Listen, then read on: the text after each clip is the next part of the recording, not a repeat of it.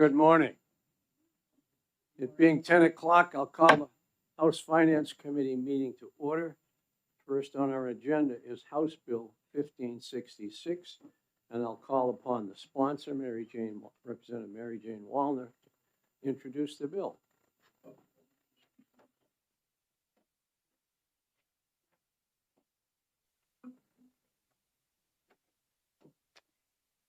Thank you, Chairman Weiler and members of the committee. I'm Mary Jane Wallner. I sit right up there. Know all of you pretty well. House Bill 1566 makes a contingent appropriation to the Department of Health and Human Services for recruitment and benefit grants for child care employers. During the budget preparation past year, $15 million was appropriated for this purpose. The funding for the program came from TANF reserve funds. The previous budget had funded this program with general funds. But during last year's budget negotiations, the question came up on whether TANF funds could be used for this purpose. So in the final budget, the following wording was added, and this wording can be found on page 149 and 150 of House Bill 2. The added wording reads, "The appropriation is contingent upon the department seeking formal approval from the Federal Department of Health and Human Services to use the funds for the purpose specified in this section. If necessary, and if a waiver process is available, the Department of Health and Human Services shall seek a waiver to use the funds for this purpose." The department was instructed to make a request by August 1st of 2025 and report back to the Fiscal Committee of the decision received. The department did receive an answer, and I have copies of the answer for each of you, which I will pass out at the end. Many people feel the answer is still unclear. The Senate had an identical bill to this one, and they have had a hearing, and at the hearing, the Senate Finance Committee asked the department to go back to the federal government and ask for a further clarification. But the reason for this bill is to use general funds for this program if it cannot be determined that the federal funds are available. This bill is important to New Hampshire's hardworking families, businesses, government, and child care providers. The lack of child care is affecting all of them. But without a workforce, the problem of capacity will not be addressed. In a recent report done by the New Hampshire Fiscal Policy Institute, when talking about New Hampshire child care shortages, they cited that between 2017 and 2024, the licensed capacity among child care providers dropped nearly 13%. And in addition, New Hampshire child care providers may have been collectively operating at only 85% of licensed capacity. According to a provider census in September of 2024, conducted by the New Hampshire Department of Health and Human Services Bureau of Child Development. What's going on here is that child care programs cannot hire staff, and the classrooms in child care programs are closed. All over the state, there are child care facilities with classrooms sitting empty because of lack of staff. These empty classrooms are ready to go if they can be staffed. The furniture and the toys are there. These classrooms are licensed and could open tomorrow if there were staff to care for the children who are on wait lists for child care spaces. The staff retention part of this child care workforce program is vitally important. In further report done by New Hampshire Fiscal Policy Institute, New Hampshire child care workforce experienced an approximately 8% reduction in size between 2023 and 24. So in 1 year, an 8% reduction in child care workforce. HB 1566 is the best tool we have to recruit and retain valuable child care providers. I look forward to working with Division 3 on this urgent issue And thank you, and I'm willing to answer questions. Thank you, Representative Wallner. Any questions from committee members? Okay, one over here from Representative Carol McGuire and then Representative Moon. Thank you, Mr. Chair. Representative Wallner, do you know if the license exempt childcare industry has suffered a similar decline or has it increased? That I really don't think I'm qualified to answer that question. They are license exempt. These are providers that probably care for 3 or less children. And there is no oversight. I mean, the state doesn't really interact with them. It would be fire departments and health departments in cities and towns. So but thank you for the question. Representative Mooney, then Representative Munn. Thank you, Mr. Chairman. Thank you, Representative, for being here and for your careful attention to this matter and watchful eye. I just want to be clear, in the budget, it was 7.5 million for each year. Yes. And your bill makes it 15 million, the total amount for the 1 year remaining in the budget. It was divided in House Bill 1. It was divided 7.5 and 7.5. 15 million for the biennium. And your bill is the full 15. Yes. Follow up? Follow up. In the budget, those sections 1 through 6, that language, can you just refresh all of our memories where those section language text came from? So I think you're talking about the language that's in House Bill 2? Correct. Okay. That was the language that was in the budget, I believe, from the previous biennium, when the program was funded at the $15 million level for the biennium. And that just outlines how providers can use the funds. So if you go to House Bill 2, you'll see a number of ways that the funds can be used. And I think that was from the previous program. Thank you. Representative Munns for a question. Thank you, Mr. Chair, and thank you for taking my question. I thought that Representative Mooney was going to steal my thunder with the question that she asked, because mine is very similar. We had a fairly robust discussion on Friday about what the money could be used for, as laid out in the sections that Representative Moody represented. And there was a suggestion that the money would expand eligibility for children who could participate and explode the budget that way. Can you clarify that, what the money would be used for? I mean, as I understand it, it would be used to help providers provide support to their workers, not to families.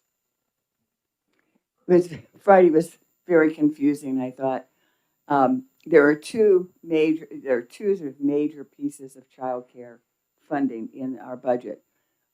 The largest one is the scholarship program, which does provide childcare assistance for low and moderate income families.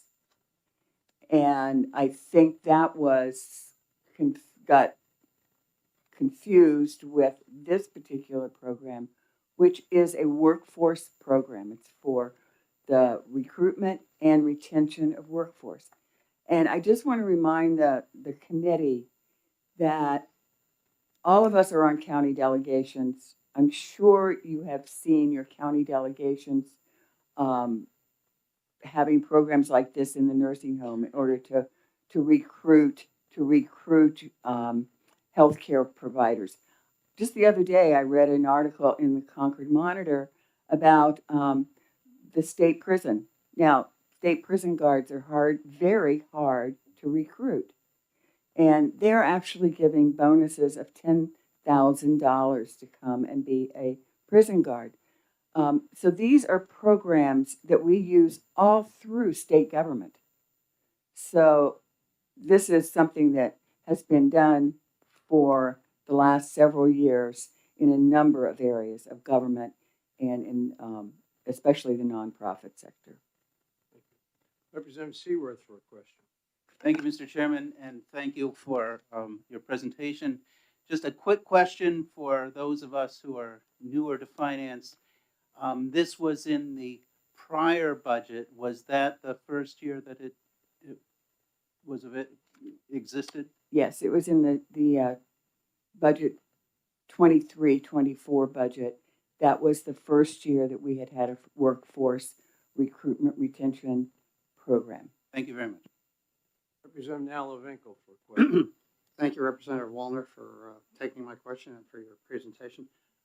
With all of the publicity around fraud in similar programs, child care especially, that been in the news lately, I'm wondering, one of the concerns I have is about oversight on the spending of this money, especially, the first part of this, we've spent all of it that was previously, because this is a non-lapsing. Yes. So all that money's gone, right? Been allocated, or there's still some left over? And the second question is, what provisions in here are provided for close oversight on how this amount of money is spent? Well, the Department of Health and Human Services spent a considerable amount of time in 23-24 developing the application for child care providers to receive these funds. And then the funds were actually held up for quite a while before they were actually distributed, because I think the department worked on a pretty comprehensive application process and how they would then go about distributing the funds. The funds were distributed, and then my understanding is that providers had to periodically, and I'm not sure how many times, I'm sure the department could tell you more about this, they had to report to the department how they were actually using the funds. I am not really familiar with how the department, whether they went out and did audits, but they may have done audits on this. Remember that it was only the first time, and like I said, the department did spend a considerable amount of time, I think thoughtful time, developing the program and the application procedure. So the providers actually did not see the funding until several months into the budget period. Follow up. So I think my understanding is DHHS, in terms of audits, has failed some of their audits, and I would, I guess, ask the question of if we could get available copies of the audits and where we get them. So We can have check someone them. waiting to testify from HHS. Okay. Who may be able to answer that question. Thank you. And Thank there's- you. There's about 5 more people waiting to testify, so we want to keep moving along. Representative Rung. Thank you, Mr. Chair, and thank you, Representative, for taking my question. And I apologize if you mentioned this in your presentation, but if we were able to use these funds to fully staff the available capacity of childcare providers, how many children would that serve? Do you have an estimate? Has that been done? I think that some of that information is probably available. I think there, in one of the articles I read and the Fiscal Policy Institute's work, I think there was a need for about 55,000 childcare slots. Okay. We're only licensing at this point about 44,000. I'm hesitant about putting all those numbers out there because I read the article. And then from that number of licensed places that we do have, a lot of them are not filled because childcare providers have closed their classrooms because they don't have the staff for the rooms. Even though those rooms are licensed, they do not have staff to staff those classrooms. Thank you. Thank you, Representative Wallner. We'll next call on, Oh, Karen- and I do have this to hand out, okay? very So I'll good. give it to Mickey. Mickey will take care of that. All right, next we'll call on Karen Habert from the Health and Human Services.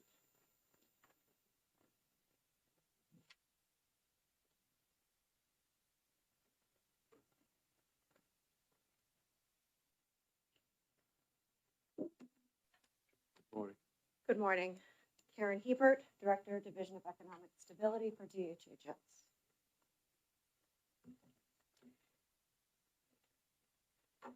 So just to summarize quickly, House Bill 1566 appropriates TANF funding of $7.5 million per fiscal year for the purposes of recruitment and retention bonuses for childcare employers.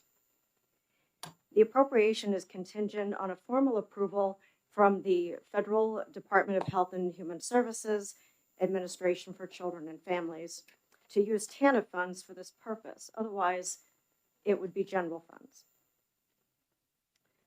The department sent a communication to the administration, federal administration, on July 18th of last year, asking whether TANF funds could be used for the purpose outlined in House Bill 2 at the time.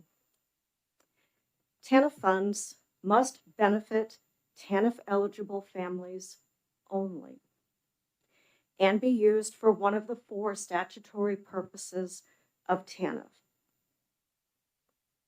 And I can provide that to you, but essentially providing assistance to needy families so children may be cared in their own homes, and the dependence of needy families on government benefits by promoting job preparation and work programs. Prevent and reduce the incidence of out-of-wedlock pregnancies, and establish annual numerical goals for preventing and reducing these incidents. And 4th, encourage the formation and maintenance of 2-parent families. The federal administration confirmed in writing on October 2nd of last year, and in communication again with the department on January 20th of this year, that states are allowed to use TANF funds for child care in 2 different ways. One is to pay directly for TANF-eligible child's child care, and 2, states may transfer up to 30% of the state's annual grant of TANF into the Federal Child Care and Development Fund, where it essentially becomes child care and development funds. Once TANF dollars become child care and development funds, those funds are subject to the requirements of the Child Care and Development Fund. They essentially take on the same characteristics as if it is the Child Care and Development Fund. The department has completed one of these 2 allowable uses of TANF. The department's approved budget for 26-27 already includes the TANF transfer into CCDF, the Child Care and Development Fund, of approximately $21 million. The federal administration has stated that it is not clear to them how direct recruitment and retention bonuses to child care workers meet one of the 4 purposes of TANF that I just read to you. The administration reconfirmed to the department that TANF can only be used to benefit TANF-eligible families and children. An emphasis is made on the federally regulated determination of needy that must be made. The definition of needy, families need to meet certain income levels and resource levels to be eligible. The administration also stated that TANF cannot be used to support operating expenses of a business or industry who is not eligible for TANF. Be happy to answer any questions that you have. Questions from committee members? So from what you say, it almost sounds like some of these funds could be used for what this bill calls for, although it was denied in the previous year.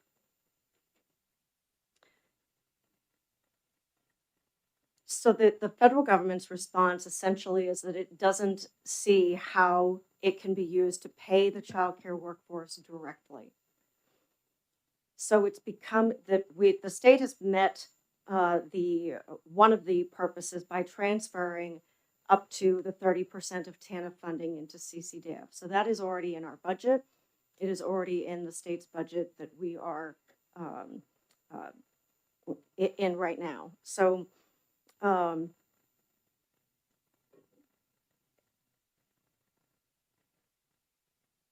So I bill guess- language, if I may, the bill language essentially states that if the federal government has either failed to make a determination or has denied the use of federal TANF funds for these purposes, then the sum of $15 million for fiscal year ending June 30th of 27 shall be appropriated to the department for the purpose of financing recruitment and benefit grants for child care employers.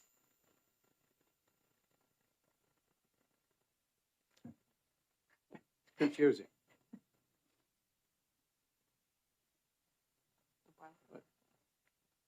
Representative Telersky. Thank you, Mr. Chairman. Thank you for taking my question. Can you give us a little clarity in what appears to be a muddy situation of the child care and development funds, that $21 million, what those are used for, and just so we can have a better understanding? Sure. So the TANF funding that was transferred into CCDF, of course, it becomes CCDF and has to meet certain requirements of that fund, including a minimum of 70% of that needs to be used for direct services. In other words, the child care scholarship. So the majority of those funds are being utilized now to support the child care scholarship. The intent behind that essentially is to avoid a wait list for childcare in New Hampshire. And so far, we are doing that. There is another benchmark that is required to be met that includes up to 12% or a minimum of 12% that has to be spent on quality activities. Currently, the state's quality activities include things like professional development for childcare providers. It supports the IT system known as New Hampshire Connections Information System. That system supports families and providers in a number of different ways, including background investigations, a credentialing system, access to profile information for families about various childcare agencies all over the state. It also funds a required childcare resource and referral program, which is a current contract that we have through Southern New Hampshire Services. That is essentially an active resource and referral program that also includes some professional development. Follow-up, please. Follow-up. Could you speak quickly to the experience, the department, what they saw when we established the child care workforce program in last biennium, and how, like, some tangible information on how it helped the child care crisis we're currently experiencing? Sure. So we had 438 grantees, and 432 of them had reported outcomes following a particular template that we had created to measure the outcomes of that particular grant. 80% of them used it for retention incentives and wage increases. 48% used it for professional costs and training. Mind you, there are many providers who used it for more than one purpose. They were not limited to one. 48% also used it for childcare tuition and discounts for their own staff who needed childcare. 35% used it for the cost of required credentials. 30% was paid time off. 22% for administrative costs to apply for the grant. 15% for health insurance contribution. 10% mentor credentialing support, 4% student loan repayment, 4% telehealth or telemedicine coverage, and 3% for flexible spending account deposits. Thank you. One last final quick thing, and this might be for someone who's going to speak after you, but overall, it was considered a success by the department that they were able to use these funds effectively.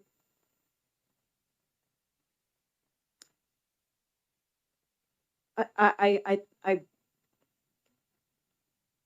guess I could say yes. The grant funds were 100% expended and used for the purposes that were laid out in HB2 from the 23 session. Thank you very much. You're welcome. Okay. Representative Hacken Phillips.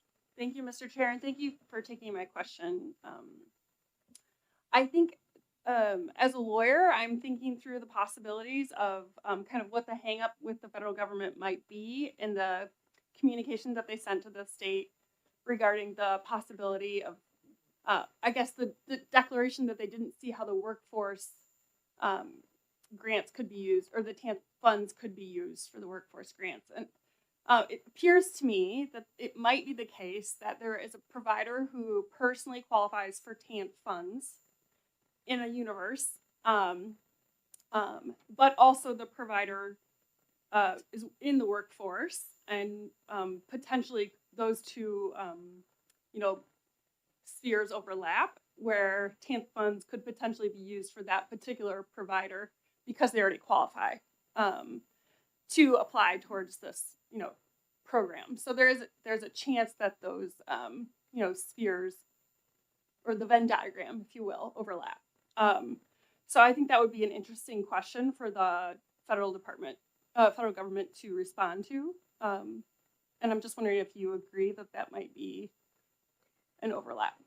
Thank you for your Worth question. investigating at least, yeah. Thank you. TANF funding is highly complicated. But for simplicity's sake, in trying to describe and explain the response from the federal government, the question is that the states have to answer is how it serves one of the 4 purposes of TANF. Yeah. So the definition of needy families has to be met. The funding can be used for TANF eligible children and families. And it stops there. Yeah. It's really, I'm trying to narrow it. It's that simple. So when you're looking at funding an entire workforce, that's where there's a question in their mind. How does this meet one of the 4 purposes of TANF? So my follow-up, Mr. Chair, and thank you for taking my follow-up question, is that I am foreseeing a particular case where a TANF eligible provider also has a child that they would like to take to that providing center because that's the only way they can get back into the workforce. And so I do see that there might be a chance where these TANF funds could be applied for that specific child in a workplace for a TANF professional provider. So I do think that there's a way that it could still meet one of those 4 criteria for TANF funds, unless I'm missing a major key of, piece of the puzzle here. I think it goes back to the answer that they provided, that TANF can be used in one of 2 ways. Either paying directly for a child's child care who is a TANF eligible child, or transferring the funding in which a child who's eligible for the child care scholarship would make use of those TANF funding just by way of being eligible for the scholarship. So we've added TANF funding to the child care scholarship that essentially meets what you're describing. Potentially, yes. But I think there's also a scenario where a family has not yet applied for TANF and that isn't currently in the workplace, but we could potentially pluck them out of that private, independent family life to apply that care in a care center and keep the kid, their own child, in daycare. So I think it is kind of a Swiss cheese effect that I'm describing, that it's a very specific type of provider with a very specific type of child who also needs care, with a very specific type of TANF funding, but I do believe that there are probably enough professionals in our state who might actually come out of the otherwise woodwork that might be able to qualify for this. And I'm not sure if you're suggesting they apply for TANF, Potentially. but that's It's possible. absolutely Could they their not? I mean, it's ability to possible. do. This is plausible. Thank you. absolutely. Members, here's the situation. We've used up the time we had scheduled for this. It's going to go to Division 3. We hope Ms. Abert will attend that for further questions about HHS and these interpretations. You'll find out later when that'll be scheduled with Division 3. I've got about 5 more people. If we can keep the questions short and the testimony short, then I will continue. Otherwise, it looks like this could take another whole half hour or hour. So I would, if we can get through it quickly, then we'll continue. Otherwise, they're going to have to reschedule it for later today. Mr. Chairman, I know there's some providers that traveled a long way, so if we could move forward and move quickly through, I would appreciate that. Can we move to the questions rather than to the people that want to come before us rather than questions? Thank you. Thank you, Ms. Hebert. We'll look forward to seeing you again. We'll next call Jackie Cowell from the Early Learning, New Hampshire. We've heard from her before. I know she'll be able to keep it short.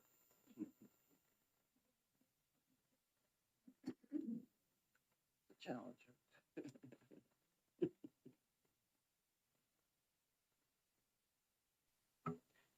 Good morning. How do you do? I'm Jackie Cowell from Good. Early Learning, New Hampshire. I will be very brief because I think you want to hear from other folks as well. Very briefly, again, thank you all, House Division 3 and the House Finance Committee last year for voting. House Division 3 and the Senate Finance both had unanimous votes to continue this $15 million, $7.5 million a year in the Child Care Workforce Grants in the 2025 budget deliberations. As you know, it went to HB2. That meant a lot to the child care community. That was a unanimous vote of support. And I know now, of course, we're talking about should the federal government not be able to, government funding that was appropriated, not be able to be used, this contingency plan of general funds, and we look forward to diving deep into that in House Division 3. What I have brought with me is a letter. I won't go into all the detail. Before I forget, we're glad also that this is a bipartisan bill. Senator Dan Innes has co-sponsored this, as you probably saw, and he's not able to be here because he's teaching a class, but I know he signed in support, and we're grateful for that too. There's a lot of business support for this. You got that 16-page sign-in letter last Friday with 1,681 signatories, lots of different businesses, lots of different parents. And I think, just wanted to note, the Somersworth Chamber, the Greater Nashua Chamber of Commerce are on that bill. Portsmouth Chamber and the Hampton Chamber and Manchester Chamber have since endorsed this bill as a backup plan. I hope you've heard from the BIA. Their board has also endorsed it. We really feel that this is important to get out the door because of the value of these grants. And thank you very much. Thank you for your testimony. We'll next call on Lisa Belcito. You have a question here of this person? Ms. Cowell? Thank you, Mr. Chair, and thank you for taking my question. We discussed a bill on Friday to expand the ability of the state to attract large employers to the state. And I think everybody agrees that, we need to continue to provide employment opportunities for folks in the state. How difficult is it going to be to attract a large employer, even if we throw all sorts of financial benefits to them, if their workers can't find childcare? Clearly, people do call it the workforce behind the workforce, that without childcare workforce, many other industries can't report to work, of course. So it would be extra difficult. I didn't mention, but a letter here from Lynn Willett from Nellie's Treehouse, as well as Midstate Health that I've handed in. they went from an average 55% retention rate, and then they went to 85% after these grants were administered, the first grants. And that made a big difference for them. So it's not just expansion, it's also maintaining. And so both are important. Thank you. All right, we'll next call again on Liz Belsito. And if we can keep from being repetitious on these things, just give your own opinion of how this affects your organization. Absolutely. Thank you so much. Good morning, Chairman Weiler and Chairman McGuire and members of the Finance Committee. My name is Liz Balsito, and I am here representing Waypoint. We are a private nonprofit organization that serves New Hampshire. We provide services across the lifespan from early childhood through healthy aging. And last year we served about 12,000 individuals. I've submitted some written testimony and I will rest mostly on that. But what I do want to point out very clearly within that testimony and as a point to this matter is that within that testimony, you'll hear the story of Waypoint and how we started serving childcare back in 1852, and we did it again in 2020, and it is a tough business. And our story is an example of how, without the stable workforce, childcare providers are being forced to make decisions, and those decisions are impacting family choice. So it is really hard out there for families to be able to find the programs that meet their needs, to find a program that is able to have the ratios and have the open classrooms and do what we need, what families need, and to have those localized programs. So House Bill 1566 directly addresses root cause of those problems. And I do love Billie Eilish. But House Bill 1566 does address the root problem of the childcare crisis by investing in the workforce. And we urge you respectfully to pass this bill. Thank you. Thank you very much. Okay, we'll next call on Deb Gillipo. Hope I pronounced that right.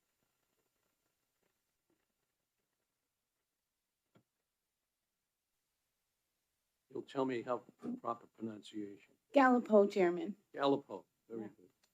Good morning, Chairman and members of morning. the committee. My name is Deb Gallipo, and I'm the Executive Director for our Early Learning Centers for the Granite YMCA. I'm here today on behalf of our association and the broader YMCA network across New Hampshire to express our strong support for HB 1566 and urge you to move forward with the $15 million to fund to support childcare for our communities. Without the childcare workforce grants, the main way for programs to afford, retain, and recruit is to raise tuition on hardworking families who are already paying more than they can afford.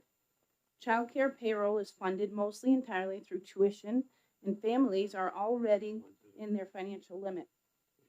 Raising wages without public investment simply shifts the burden to parents who cannot afford further increases, ultimately resulting in closed classrooms and fewer childcare options. The Greater Manchester region, the Granite YMCA, has also developed a training program designed to recruit and prepare new childcare workers to enter the field. However, recruitment alone is not enough. If we are unable to continue increasing wages or providing benefits, we will not be able to retain the workforce we train, and the cycle of shortages will continue. HB 1566 and the $15 million is approved funding are essential to stabilizing and strengthening New Hampshire's childcare system. This investment supports children, working families, employers, and the overall economy of New Hampshire. I respectfully urge the committee to move forward with this funding and ensure that these critical resources are deployed without further delay.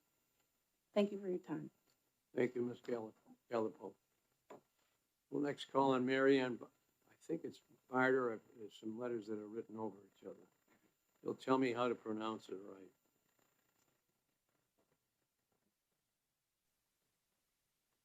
Hi, thank you. It's Mary Ann Barter, and I'm the Executive Director at Merrimack Valley Daycare Service. I'm not going to take a lot of time because I completely agree with what everyone before me has said. I did want to mention, though, that as a person who runs a program that has 5 centers, when we received the 15 million in recruitment and retention funds, I was able to raise my minimum wage for a full-time worker from $15 to $18 an hour. I've rated that with some other funds. I did raise tuition, but I was able to do that. And as a result, the people I was able to recruit and the people I've been able to hire have been so much stronger, really excited about teaching, and really excited to kind of move forward in this as a profession. We have got to get those baseline teachers in, and then we can grow them into the early childhood professionals that we need them to be. And I did just want to share an impact statement from one of my teachers who has worked for us since 2010 and still makes less than $20 an hour while raising 2 children, while paying rent in New Hampshire. It's almost impossible to do that now. Thank you. Thank you. Okay, last card I have is from Megan Braber. Brabick. Got it that time?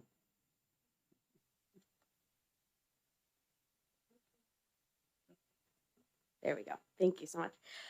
Yes, my name is Megan Brabeck. I'm here with Save the Children Action Network to express support for this bill. I've submitted written testimony, so I won't read what I have here, but I just wanted to really highlight the polling that we did and shared with you all at the start of last session. I want to clarify some points about that polling because I realize it's been brought up before this committee in recent days. We hired 2 polling firms, Republican and Democratic polling firms, to conduct this poll. The polling was done statewide across a wide variety of demographics. So it does meet all of the expectations that I personally would have for this type of polling. And it found that 86% of New Hampshire voters believed that this program was a good investment of taxpayer dollars. That is the phrasing that was used. So very clearly, the people who were asked understood that this was their money that was going into it, and still believed it was worthwhile. I also want to highlight some of the findings that I found particularly interesting, that a majority across all demographics, including men without children, believed in this program. So it's, we hear obviously the childcare community supports it. Obviously parents like myself support it. But that really across the state, folks see that the childcare is crucial. There was a question asked about, recruiting businesses to come and employ New Hampshire folks. Everyone sees that childcare is the backbone of all the other pieces of our state coming together. So I just want to highlight that the voters are very in support of this program. That's all I'll say about it for now. Thank you very much. All right. Representative Mooney, can you tell people when you are going to hear again about House Bill 1566? Thank you, Mr. Chairman. We have scheduled a work session for Monday, February 9 at 10 o'clock, I believe in this room number 230. Thank you. I now have the sign-in sheet for the following people that have signed in support of the bill. Beth Dupel, Henry Velue, Rachel Kelly, Representative Hope Damon, and Liz Belcito, who also we heard from her. So all those people are in favor of the bill. All right, I'll now open the hearing close that hearing on House Bill 1566. As you heard, it's going on to next Monday at Division 3, I believe in this room. And we'll now open the hearing on House Bill 1569, call upon the prime sponsor, Mary Jane Wallner, Representative Mary Jane Wallner.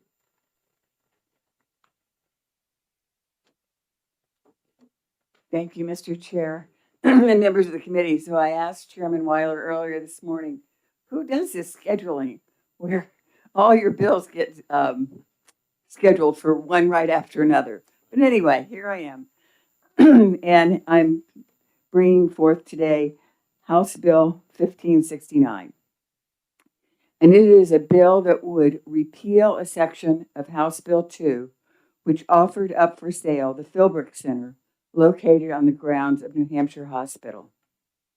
The Philbrook Center is a facility that was built in the 1960s and was named after child psychiatrist Anna Philbrook. Dr. Philbrook was one of the first women licensed to practice child psychiatry in this country. And in 1933, she became the 63rd person to become a licensed psychiatrist in the United States. She started her career as a staff psychiatrist at New Hampshire Hospital, and in 1945, she was named the director of the State Child Guidance Clinics. The Philbrook Center provided children's residential mental health services for several decades. In the early 2000s, the children in this facility were moved to a wing of New Hampshire Hospital, and the building became office space for a number of state agencies. Some of you may remember that the Office of Professional Licensure was housed in the facility, as well as the Child Advocate's Office was in the facility. A year ago in the budget deliberations, Division 3, at the very last minute, came up with the idea of selling the Philbrook Center for $5 million. And that was inserted into House Bill 2. The selling of the facility was not a bill. It did not have a public hearing.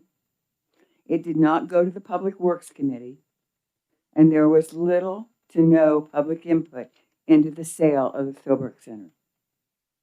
When House Bill 2 reached the Senate, House Bill 2 contained over 140 pages and between 200 and 300 different items. And there was so much in House Bill 2 that by the time it got to the Senate, the sale of the Philbrook Center really received very little attention. House Bill 2 did pass with the sale of the Philbrook Center in it, and the state started making plans for the sale of the facility. When the budget passed, the Philbrook Center was being used as a 16-bed transitional housing program, which served people leaving New Hampshire Hospital. Transitional housing is an important step towards helping people return to the community. I have an article that was written in the summer of 2025 about the sale of the facility and the program that is presently housed there. The program houses 16 people and provides them with a program and support for transitioning out of the mental health hospital. This program is an important part of our efforts through Mission Zero to reduce the number of people waiting in emergency rooms for a place at New Hampshire Hospital. The building also provides space to the New Hampshire Hospital business office. Not only are the business offices at this location, but it also provides for record storage for New Hampshire Hospital. When this decision was made in Division 3 to place the selling of the Philbrook Center in House Bill 2, there was little, if any, discussion about what this would mean in the future. The center sits on a piece of land that is at the corner of Clinton Street and Fruit Street in Concord, on the edge of New Hampshire Hospital. In the budget, there was no mention of how much land would go with the sale. There was no public testimony, and there was no bill that proposed to sell the facility, and there was no oversight by any other committee in the legislature. The transitional housing program that is presently at the Philbrook Center has been looking for a place to move, and I think you will hear more about this during the testimony. But even if they have found a place where they can move and preserve the program, is it wise to sell a state property that has served many purposes for the past 65 years? It has been a children's mental health facility, offices for state agencies, transitional housing for people leaving New Hampshire Hospital, and a facility that could continue to be used for housing in the future, a facility that can be used for housing. These facilities are very difficult to come by, and the state has invested in this facility over the past several years. Tomorrow, the members of the Division 3 will be taking a field trip to visit the Philbrook Center.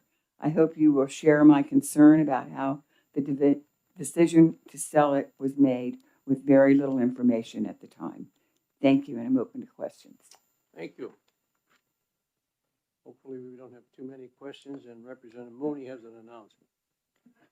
Thank you, Mr. Chairman. I do have an announcement. As was mentioned, we'll be touring the Philbrook Center tomorrow at 1 o'clock, Division 3. But my question is, what is the status of the sale at this point?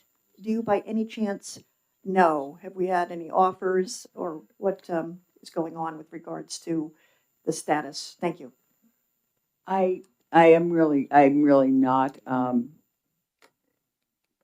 officially know what the status is. I have heard that the city of Concord might be interested in, but I don't know how far that has gone. I mean, the purchasing price of $5 million, I'm not sure where that stands at this point. Representative Leishman.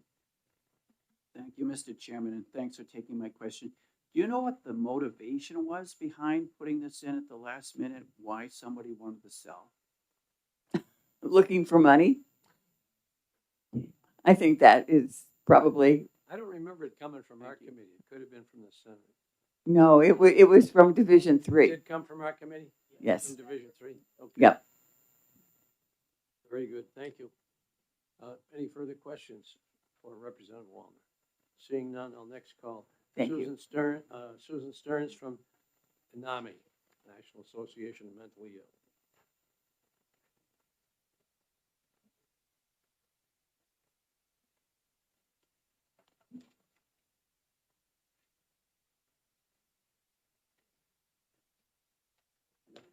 Good morning, Chairman Weiler and members of the committee. For the record, my name is Susan Stearns.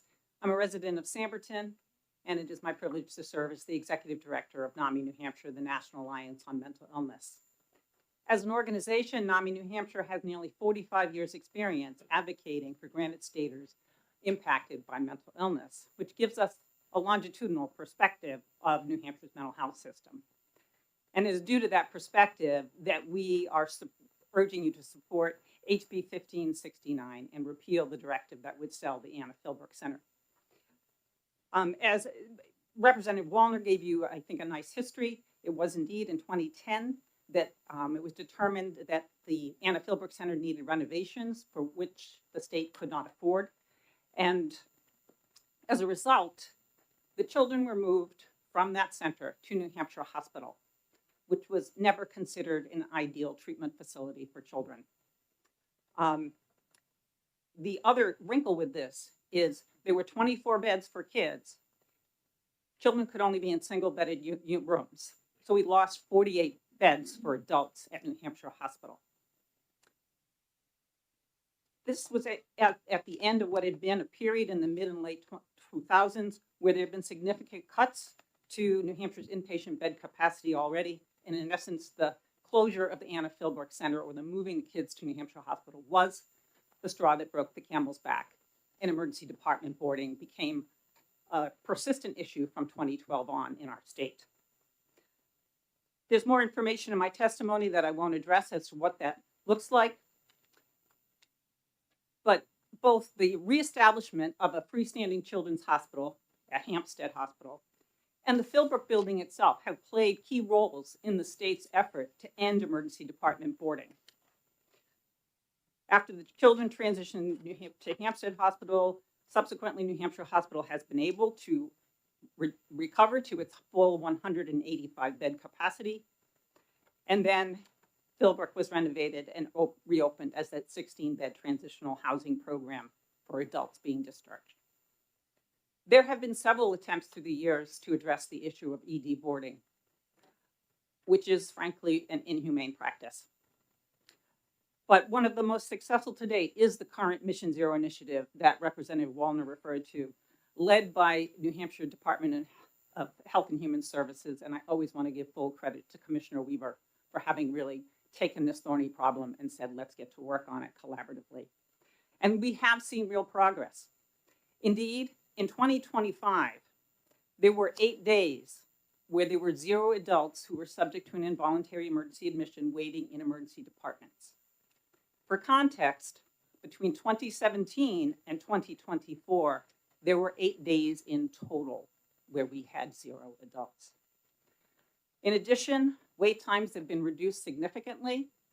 From before three years ago or so, when Mission Zero started, we were looking at about 4 days as an average. We were down to 2 days at the end of 2025. In addition to this progress, by working collaboratively, the partners have been able to really drill down as to what those real drivers are creating this problem of emergency department boarding. And it's actually not that we have an insufficient number of acute psychiatric inpatient beds like those at New Hampshire Hospital. It's shown that clearly we need community-based services, including crisis response, and New Hampshire's rapid response is a critical part of this. And especially the need for appropriate discharge, dispositions, or housing for people with mental illness who are stable and ready for discharge. As I said, New Hampshire Hospital has 185 beds. On any given day, slightly more than half of those. Indeed, I believe on January 11th, 101 of those beds were filled by individuals who had been clinically stable and ready for discharge for more than 15 days. So while, yes, I understand that the Pathways Pro Transitional Housing Program currently at Philbrook has found a new 16-bed facility in Newport, unfortunately, that facility is part of what is the current inventory of community residence beds in the state, places that could be appropriate for some people stuck at that back door of New Hampshire Hospital to go to. So for our system, we will be facing a net loss of 16 beds. This is in addition to 10 beds that we lost at the beginning of this fiscal year here in the Capital Region due to insufficient funding. 1 in 5 adult Granite Staters experiences a mental illness in any given year. We all know someone, we're all impacted. And sometimes it's someone we love dearly, as it is for me. I know these are difficult times financially, but we also know at NAMI New Hampshire that once gone, beds for people with mental illness, be they acute psychiatric beds or community residence beds, take years to develop and open. In the interim, more people go to emergency departments, become homeless, wind up being incarcerated, and may suffer even more tragic outcomes, and their families suffer tremendous anguish. Dismantling a system is relatively easy. Rebuilding it, as we have learned all too well in our state, is much harder and much more costly. For this reason, and on behalf of the 100 people waiting for discharge at New Hampshire Hospital with no place to go, NAMI New Hampshire asks that you recommend ought to pass for HB 1569. And I thank you for your patience with me. I think I went over my time. All right, and we have next 2 people from DHHS, which may be able to answer other questions. Representative McGuire. Thank you, Mr. Chairman. Thank you, Ms. Stearns. I'd like to ask you a question about your chart on page 2 of this one. Yeah. Why was there? Do you know what was the cause of this big peak in mid 2023? In mid 2023, that is not something that I can speak to directly at this point. I'd have to go back and look at what was going on. And I may not have an answer for that. I thought you were going to talk about the big one in 2020, which I think I could answer that one. Well, you'll have another chance in Division 3. But it just, maybe, may I follow up? Sure. So it just surprises me the change in this chart, right? It goes from almost 0 to a big number, very different from year to year. So right? actually, it can also be related to 2 factors. One is workforce, because for facilities, if they don't have sufficient workforce, they cannot use the bed, right? They have to have. And then also, we did have some designated receiving facilities that were undergoing some renovations. And then there were periods, and I know my colleague, Ellen LaPointe, will speak to when 2 particular units came back online at New Hampshire Hospital. So that may also be part of what we're seeing in there, those factors. I'm sorry, I don't have that directly for you. Thank you very much. All right, and the members wait for DHHS for possible answers. Thank you, Ms. Stearns. We'll next call on, I guess we have 2 people, Ellen LaPointe and Katja Fox from DHHS. Welcome. Good morning, Mr. Chair and members of the committee. I'm Katya Fox. I'm the Director of the Division for Behavioral Health. Good morning, Ellen LaPointe. I'm the CEO at New Hampshire Hospital. So we're here to provide some information and be available for questions if we can answer them. And I took some notes as we were going along just so I could keep track of what the questions have been. So you heard the history of the building and the fact that we had children there. The children moved to New Hampshire Hospital. We had the opportunity to buy Hampstead Hospital. We were able to do that. And during the pandemic, there was a move to take the offices that were office space, OPLC, you've heard reference, and other state agencies, and convert that facility into a 16-bed transitional housing program, which was run directly by New Hampshire Hospital. When it happened, it was always considered to be a temporary situation. In 2023, I believe it was 23, yes, we contracted with NFI North to take over the program from New Hampshire Hospital and from state staff and to run the program as it has run programs across the campus and across the state. So we currently have a total of 92 beds, including those beds that are at the Philbrook Center. That was entered into with the assumption that those beds would be moving. So it was never planned that that facility would stay as transitional housing and that it would be run as transitional housing as other parts of the campus are and other buildings on the campus. So doing our due diligence, we have put the transitional housing program out to bid. That's currently a procurement process. And we also included in there the assumption that those beds would be community beds and not in the Philbrook Center. So again, 92 beds, community-based as well as the ones that are on the campus, which are 40 beds, and then the other 52 in the community, including the ones that currently are at the Philbrook Center. And so we anticipate having a contract going before Governor and Council for those 92 beds with one vendor. We received one bid, and that will be in the next few months as we continue our contracting process. Just to be clear on a couple of things, and then I'll turn it over to Ellen. The status, the HB2 language required us to submit a transition plan to the Department of Administrative Services, and that was incumbent upon us having a transition plan in place for this program.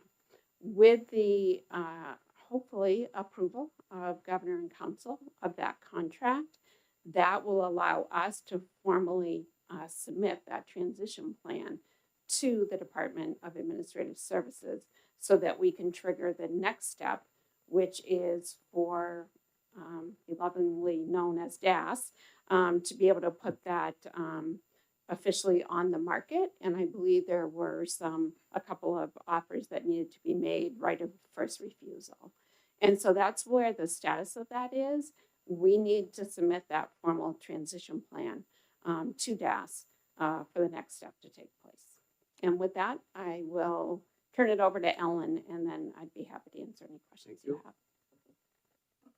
Point. Good morning, thank you. I won't add too much additional information. However, I did want to speak to a couple of points. One is that the transitional housing space is located in a portion of the Anna Philbrook building. The remainder of the facility is occupied by New Hampshire Hospital staff members.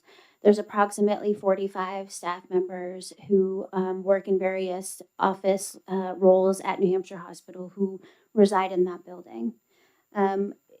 Of course, we would be working collaboratively with the Department of Administrative Services should we need to relocate those folks to another proximal location on the campus so that they can maintain their continuity with New Hampshire Hospital. A couple of other points. I know Katya mentioned it, but it's the Department of Administrative Services who is really the lead in any pursuit regarding the sale and any offers. So I know you've heard a little bit of information about some of the things that we've potentially heard about in terms of progress, but nothing definitive at this time. And as Katya mentioned, we have to submit a report. And beyond that, I did want to touch base about the spike that you noted in 2023. That was a point in time where New Hampshire Hospital took additional beds offline. That winter in February, we had a pipe burst and it caused significant flooding to one of the units. And at that point in time, we were able to, unfortunately, it was an unoccupied unit at that time. We were able to move some additional things around and then take advantage of the long-standing renovation project that was due for those two ENF units, of which we have successfully completed. And as was mentioned, we are back at full capacity of 185. Thank you. Questions from committee members? Representative Munn. Thank you, Mr. Chair. Thank you both for coming in. I have a quick question for Ms. Fox. The HB2 set a target of $5 million. Do you know if that's what the listing price for the property is? I would defer to the Department of Administrative Services. I do not know what it's assessed at or if it's been assessed or anything about that transaction. Representative Murray. Thank you, Mr. Chair, and thank you both for your narrative. I probably missed this. I appreciate the narratives to hear some of the backstory. But can you, in one sentence, say what is the impact of losing these 16 beds if this goes through? What's the impact? I think this is probably more directly to Ms. Fox, the impact of losing those beds. Sure. To clarify, we're not losing any beds. Those 16 beds are being transitioned into another location as required per our procurement. So we will still continue to have the 92 beds for transitional housing throughout the state. Representative Shalerski. Thank you. Very quickly, do you have a location for that? I know that in the importance of community-based care, for example, those who live near the Concord area, it would benefit them being here near family and support. Is this 92 beds moving someplace further out in the state? I would refer you to the RFP that's been posted. Unfortunately, I'm unable to share or disclose any information about the bid that we received and the proposed locations for all of the beds. The presumption was that the vendor who is awarded the bid will run those 40 on campus and then also have to have certain capacity in each in designated regions, and those are community mental health regions. So I'd be happy to share the procurement with you so that you're able to see that. Representative Carol McGuire. Thank you, Mr. Chair. Ms. Fox, did I understand you? Do I understand you correctly that the transitional housing beds currently in this building are being relocated elsewhere in the state with that RFP? That is correct. And to follow up, if this bill were to be passed and we kept the Philbrook building, we would have an additional 16 beds for transitional housing? That is probably something that would have to be considered in the next budget. We have funding to support 92 transitional housing beds and do not have funding to stand up an additional 16 or additional beds. So that would be a conversation we'd have before this very committee for the next budget cycle. And it's my follow-up. My understanding is that transitional housing beds are significantly cheaper than beds in New Hampshire Hospital. Thank you for the question. I'm not necessarily aware of the daily rate or charges at transitional housing facilities. However, New Hampshire Hospital's daily rate is $1,400 $499 a day. So to follow up, if we were to maintain this, this facility, we could take 16 people out of New Hampshire Hospital and maintain them in the Concord area at a lower cost and open up 16 beds in New Hampshire Hospital for people that actually needed the services. Is that correct? I think that it more than likely would not be the department's intention to stand up additional beds at the Anna Philbrook building. As was mentioned, I know Division 3 is touring tomorrow. It's not the most ideal location for housing individuals, hence why in the original planning for this transitional program, it was not intended to stay at the Philbrook building long term. Thank you. Representative Munns. Thank you again, Mr. Chair, and thank you again for taking my question.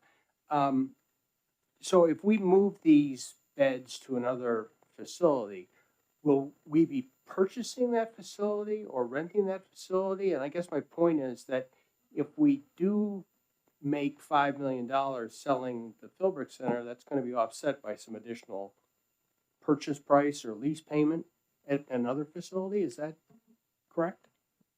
The budget that was passed this past session for the 26-27 biennial budget included the funding for transitional housing for 92 beds. And so therefore, there is no additional cost. The vendor is required to have the property and do it within its budget limitation. So there's no additional costs that you're not seeing or haven't heard about as of yet. If there are no further questions, thank you for your testimony. And as stated, this will be taken up again by Division 3 in a week.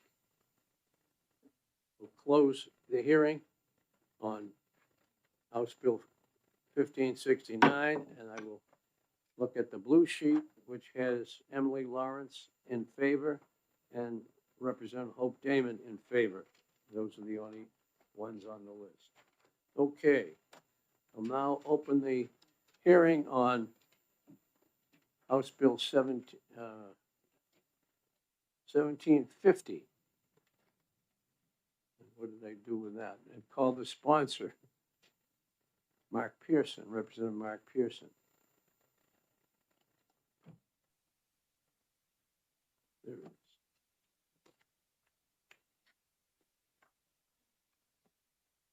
Thank you. Welcome, Representative. Thank you, sir. Good morning, Chairman Weiler and members of the House Finance Committee. For the record, I am Representative Mark Pearson. I represent several communities in South Central Rockingham County, a region I affectionately call Greater Metropolitan Kingston. I'm now in my 6th year as the chairman of DHHS Oversight. I am the prime sponsor of House Bill 1750, being made at the request of Senator Gray, chairman of Senate Finance, and in support of the New Hampshire Department of Health and Human Services. I'd like to make a few points and then yield to the DHHS staff to make a presentation and take any questions committee members may have on this important piece of legislation, which makes a supplemental appropriation to the department for the Supplemental Nutrition Assistance Program called SNAP to address an unfortunate or unforeseen budget shortfall due to a reduction in federal matching funds. A few things from me. First of all, SNAP provides benefits to low-income families to supplement their grocery budget and reduce food insecurity, thereby promoting health and well-being and making it less likely they will develop problems which oftentimes we will have to pay for. Secondly, the state-federal split on administrative costs is going to change from 50-50 split to a 75-25% split, with 75% being the state and 25 the feds, effective October 1 of this year. And now, Mr. Chairman, I wish to defer to the department representatives to answer any questions the committee may have. Thank you. So those splits again, the feds are gonna go to 75 or the state's gonna go to 75? The state is 75 and the feds is 25. So we have to make up that 25% shortfall. Thank you very much. Questions for Representative Pearson? Seeing none, we'll next call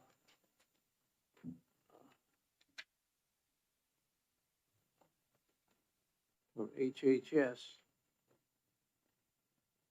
Karen Hebert again.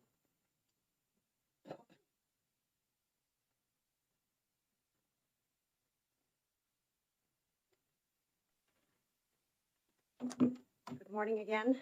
Karen Hebert, Division Director for Economic Stability at HHS. I will say the department does support this bill. I will add that state agencies are responsible for general program administration and ensuring that the SNAP program, ensuring SNAP program integrity. State agencies determine the eligibility of individuals and households that receive SNAP benefits, and we issue monthly allotments of benefits using an electronic benefits transfer card. There are approximately 75,000 individuals in approximately 43,000 households in New Hampshire that receive SNAP. The average household allotment is about $300 a month. SNAP benefits bring in approximately $158 million in revenue to the state a year. And there are over 1,000 stores and farmers markets in New Hampshire that accept SNAP. SNAP is also important to the state as utilization of SNAP impacts funding in other programs, including the National School Lunch Program, Education Aid, and funding the Child Care and Development Fund. Federal law, specifically H.R. 1, for the 2025-26 Congress, did enact several changes to the SNAP program that do impact states' administration of that program. There are changes, a number of changes that related to eligibility criteria, including work requirements, accountable resources, and certain classifications of people who are no longer eligible. But it also brought out changes that have a state budget impact for which there is a need for additional general funds that are currently not in the approved 26-27 budget. The state's program administrative costs are approximately $24.6 million a year per state fiscal year. And the split has changed, as you've heard, from 50-50 with the state share and federal share to 75-25%, effective October 1st of 26. So the bill pertains to the fiscal year 27 budget, which is currently $12.3 million in general funds, and the state share effective state fiscal year 27 at 75% is now estimated to be $16.9 million. So this requires an amount of, comes to $4.6 million. I think the bill says 4.4. Happy to answer any other questions. Questions from the committee. Representative McGuire. Thank you, Mr. Chairman. Thank you for taking my question. What did you say was the grand total of how much SNAP benefits are being handed out?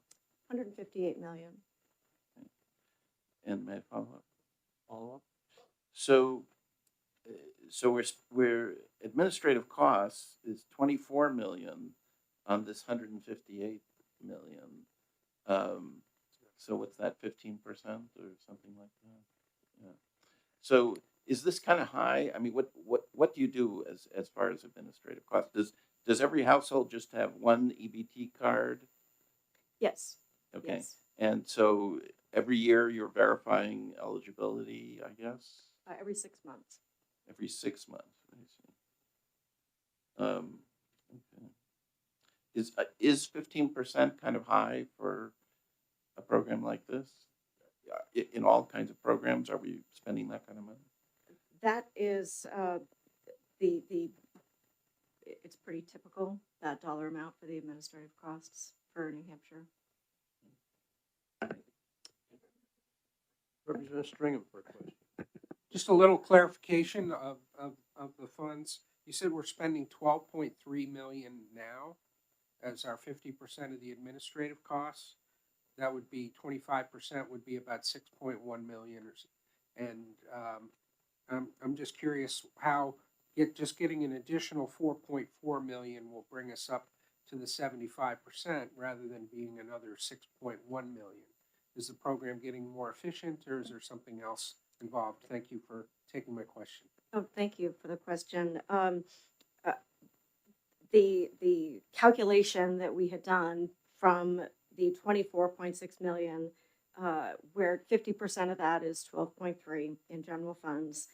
So at 75%, simply came to 16.9 million total. But there is one quarter that is still at 50-50. That's the difference. Going forward, it will be the amount you just cited. Representative Priest for a question. Thank you very much, Mr. Chairman, and thank you for being here. What did you say the number of people that are served by the SNAP program in New Hampshire? It's approximately 75,000 individuals. And is that number growing? I would say it's a pretty steady trend over the last, I'm going to say 3 or 4 years. I'd have to look at more detail behind that for previous years to that. Okay, thank you very much. You're welcome. Further questions from committee members? Representative Munns. I'd like to just follow up. First, thank you for taking my question. Would just like to follow up with on Representative Priest's question. I think you mentioned that included in HR 1 were some cuts to actual funding for the SNAP program. What impact will that have? What impact does that have, if any, on the 75,000 people? And what are their benefits? What were their benefits, and what are their benefits going to be? So we're looking at those numbers right now. Thank you for that question. But I can tell you that with respect to things like the work program, so work requirements have changed so that there are a number of individuals and populations that are now going to be required to meet those work requirements, including veterans, homeless citizens, children who have aged out of foster care, for just to name a few of those. There are other individuals who are no longer eligible for SNAP, including refugees and asylees. It also includes impacts to certain deductions that I don't think had much of an impact at all, if I understand it. So certain utilities, for example, that are no longer allowed, like internet as a utility, is no longer allowed in the calculation of deductions to determine eligibility. Representative Priest again, and then Representative Marty. Thank you very much, Mr. Chairman. The fact that refugees are not allowed in the system, is that a federal rule that was made recently, or is that a state determination? Yeah, thank you for the question. That is part of HR 1 on a federal level. Okay, as a follow-up, how many people are waiting or are eligible and are waiting, but you don't have the funds to provide the service to them? Thank you for the question. I will have to get you that number. Representative Marty for a question. Thank you, Mr. Chair. I apologize for asking you to repeat something, but how many households were affected? And you also mentioned the economic impact. Can you repeat those, please? Sure. It's approximately 43,000 households. And as far as economic impact, I think you may be referring to utilization. The impacts that SNAP utilization has extends to other programs, including the National School Lunch Program, Education Aid, and the Federal Child Care Development Fund. You're welcome. Representative Nalavenko for a question. Thank you, Mr. Chairman. Thank you for your testimony and for appearing today. I have a question that deals more with the qualitative aspects of the SNAP program. My understanding is that several states have adopted a lot of the recommendations to eliminate items that can be purchased using a SNAP card, including sodas, energy boost drinks, and a number of things. But I understand that New Hampshire hasn't yet adopted any of those kinds of changes. And I'm wondering whether and to what extent qualitative aspects of that program are being addressed, and when could we expect New Hampshire to look at those? Thank you for that question. I understand that there are 2 or 3, maybe more bills that are pending in this particular session that would require the department to submit a waiver for certain food restrictions. So each of them are a little bit different. And so we are going through that process until a determination is made. Thank you. Further questions from the committee? Representative Munz again. Thank you, Mr. Chair. Thank you for taking my question again. What would be the impact if this bill doesn't pass? Well, the department would have insufficient funding to cover administrative costs to run the SNAP program. You could conclude that that puts the SNAP program in jeopardy for the state of New Hampshire, or it may have other financial impacts across the department that we would have to analyze extensively. Further from the committee? Representative Leishman. Thank you, Mr. Chairman, and maybe the chair recalls, but thanks, Karen, for taking my question. A month or so ago, your department came to fiscal asking for several $1 million to get us through the budget shutdown for SNAP. Was any of that money ever used, or where does that stand? Good question. Funding for, yes, so the department utilized funding that it received from the fiscal committee, thank you. Essentially, it was entered into a contract with the New Hampshire Food Bank to provide mobile food pantries and other stationary pantries specifically for SNAP recipients. I can get you the numbers of the outcome of that. It was quite successful for the funds that we had. It was only within 2 weeks then that the federal government reversed the shutdown and reversed the benefits for the month of November, which were completely restored for SNAP recipients. So some of the funding was not 100% of it was not spent because the federal government resumed the November benefit. Thanks for your hard work. Thanks, Mr. Chairman. Thanks for reminding us of that grant. Okay, any further questions from the committee for this person? Seeing none, we'll move on to the next one. Looks like it's Megan Brabeck from Save the Children Action Network.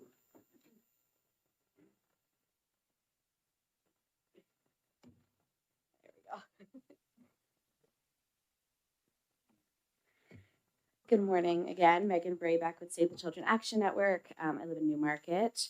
I apologize, I don't have copies of my testimony today. We had a printer snafu, so I will unfortunately have to read. Save the Children Action Network SCAN, we work to ensure that every child in New Hampshire has reliable access to the food they need to grow, learn, and thrive.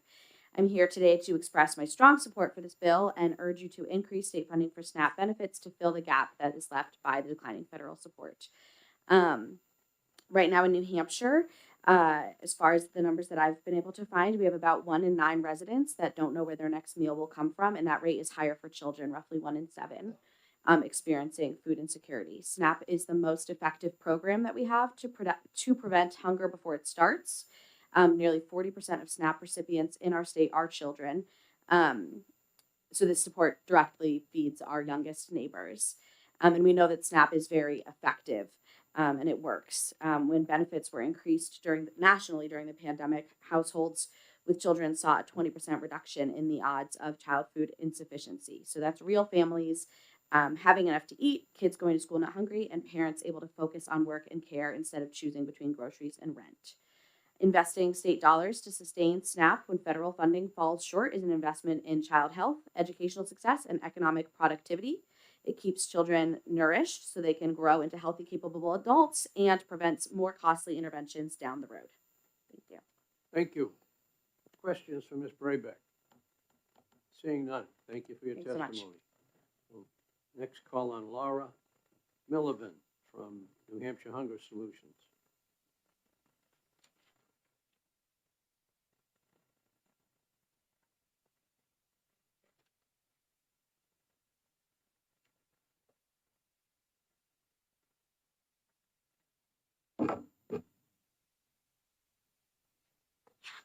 Sorry if I pronounced your name wrong.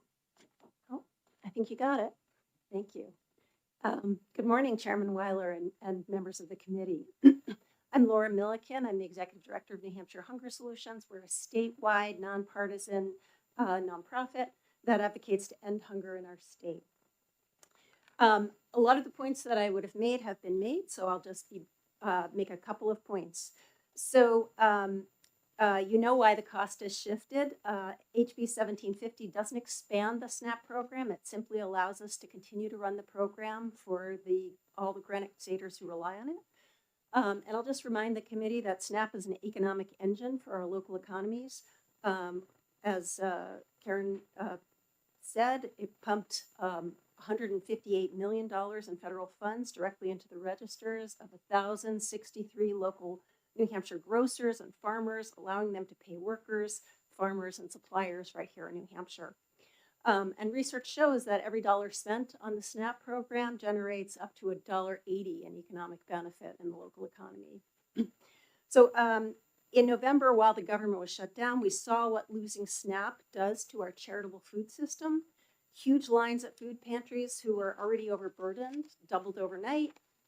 Our state's charitable food system just doesn't have the capacity to replace SNAP.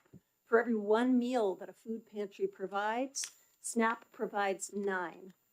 So during the shutdown, many pantries exhausted a month's worth of supplies in days. So without a functional state-run SNAP program, the private sector will just buckle. The other thing to know is that the federal government, in addition to shifting the administrative costs of SNAP, imposed on states a new penalty for SNAP error rates.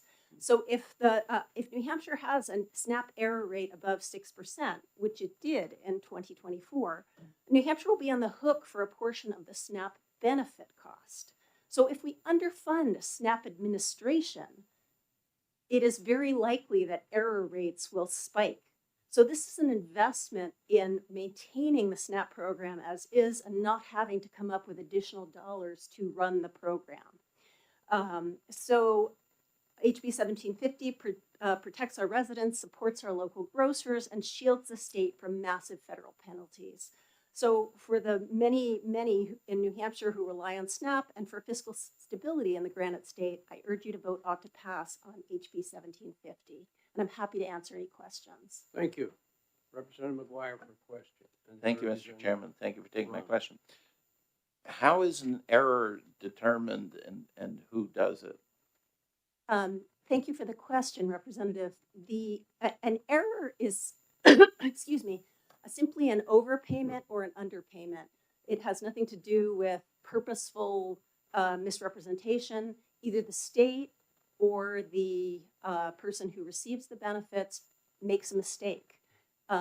Maybe it's the failure to note a deduction for the person by the state.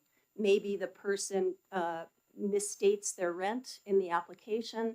But either way, an overpayment or an underpayment results in a count of an error rate. One doesn't offset the other. They are cumulative.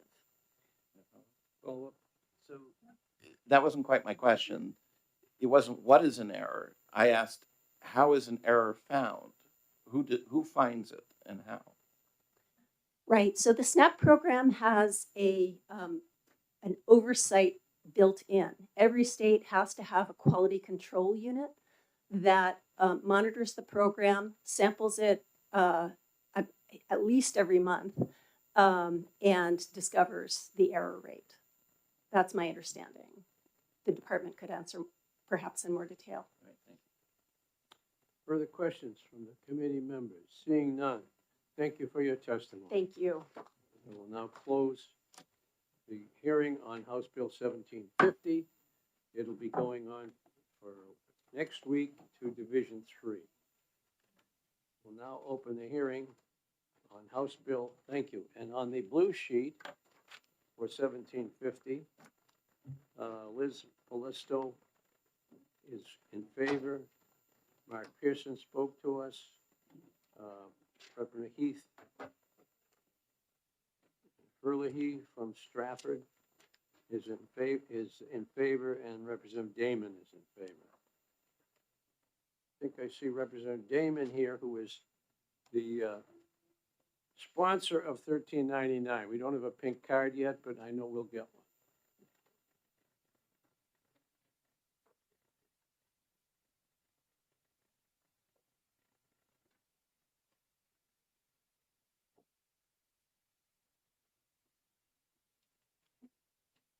Thank you.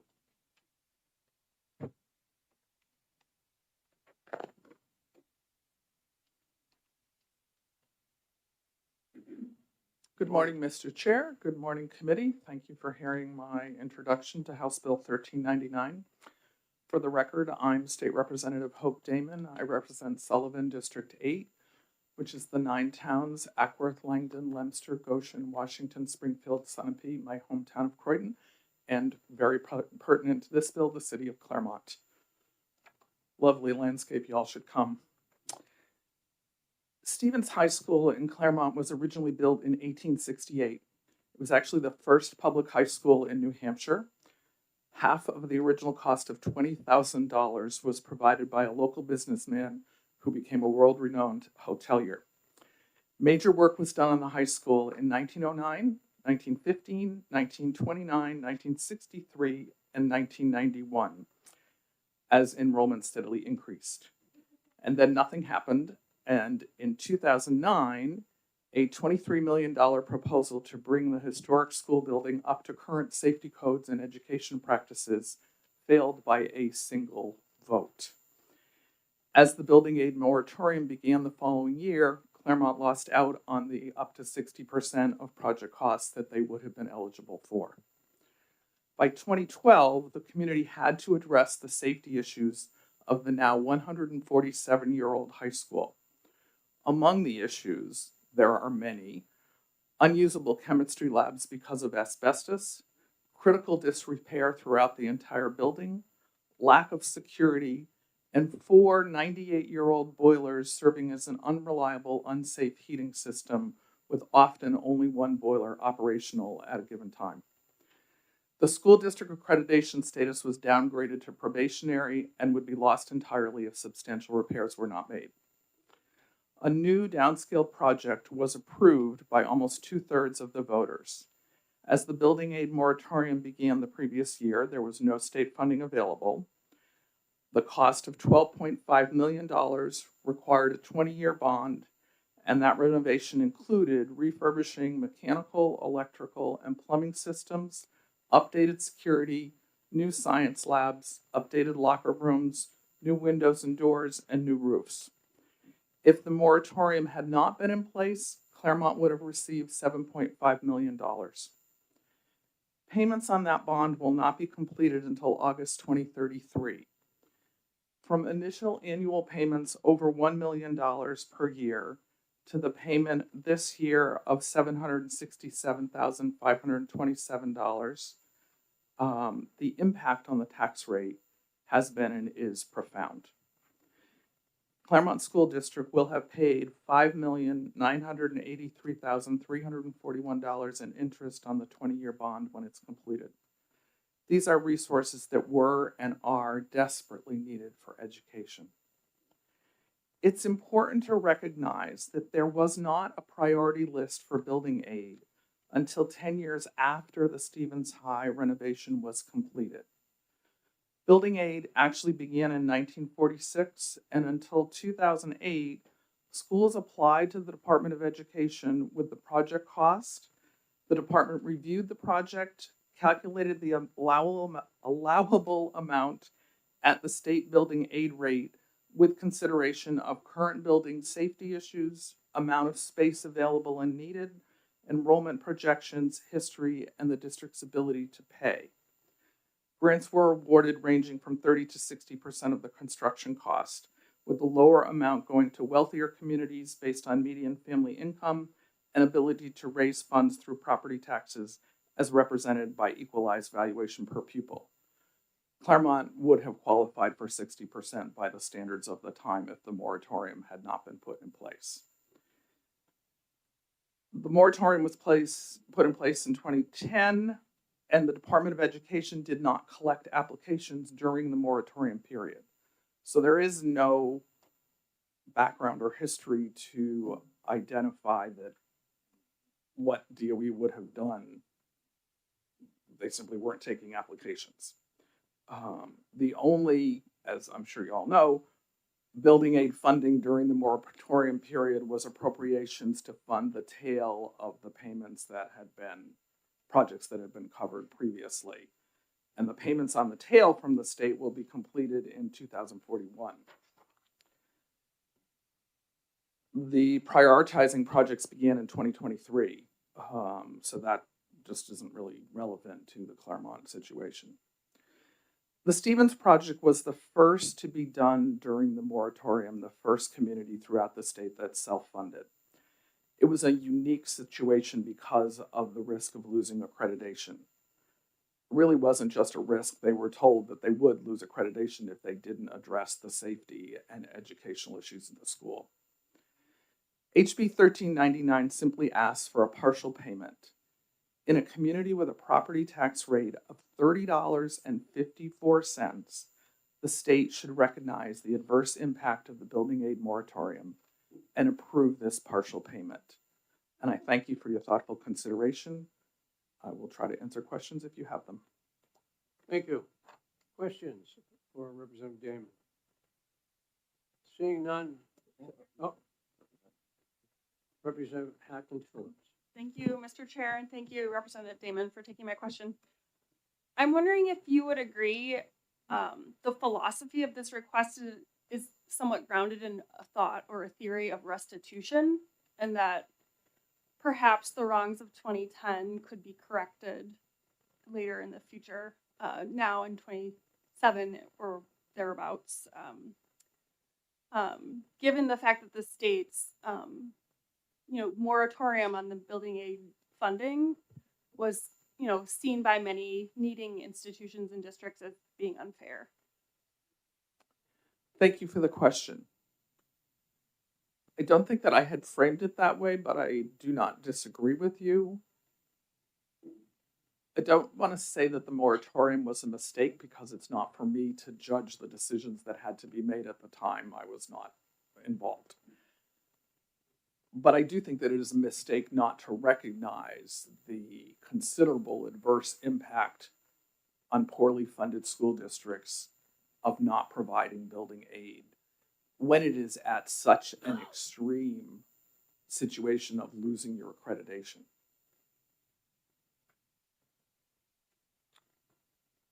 Representative Munns for a question. Thank you, Mr. Chair, and thank you for taking my question. I think you may have mentioned it in your testimony, but it didn't register with me. What's the basis of the $5 million request? Thank you for the question. Actually, I didn't speak to that in my testimony, so you didn't miss anything. It seemed more reasonable given our current state fiscal status to not ask for the full amount that Claremont would have received if there hadn't been a moratorium. That amount I did mention was $7.5 million. And so we just kind of chose a number that was significant and beneficial, but not the full value. Further questions? Representative Rung. Thank you, Mr. Chair, and thank you, Representative, for taking my question. Back when the voters in Claremont approved the bond for that renovation, the district, to my understanding from your testimony, is that they were in risk of losing their accreditation. What was the accreditation body, and how long was that probationary period allowed? I mean, I guess I'm getting to, did the voters have any choice to delay that bond vote, or was the accreditation going to be lost without that vote at that time? Thank you for the question. I don't know the answer.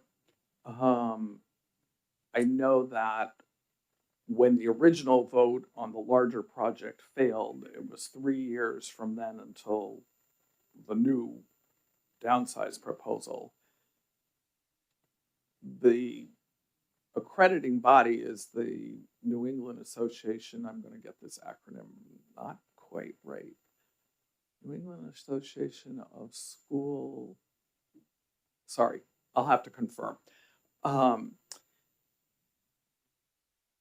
think there was no reason to believe that the probation would be extended given the communications that the district had received and that nothing was being done to change the situation. Follow up? Well, I asked that question. I know the organization you're talking to because in the late 90s, when I was on the Merrimack School Board, we faced a similar situation with our middle school. We needed to build a new middle school. And I don't know, are you aware of Claremont being informed by the state that if they did not secure accreditation, or if they had lost their accreditation, they would also lose state funding, which was the case in Merrimack. So I'm wondering if this $5 million you're asking would have been lost in funding had they not gone for the bond. I don't know if I'm making that clear or not, but that would be information. If you have to go back, I would be interested in finding that out. Thank you for the question. I am not aware of whether that happened at that time, but I would be happy to find out more and report back to the committee.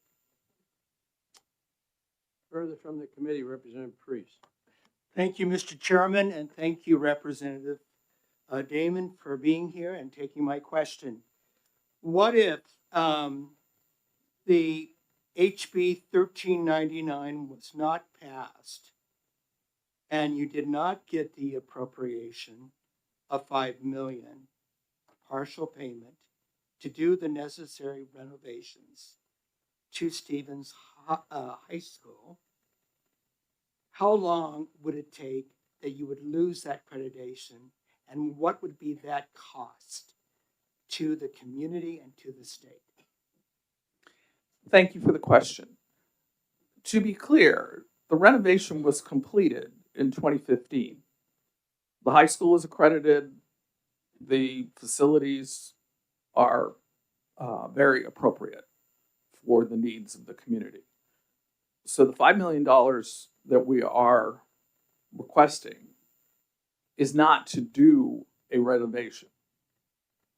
It is to address the reality that the community continues to pay without state support for the renovation that was completed 10 years ago, and that is a significant fiscal burden on a poorly funded district.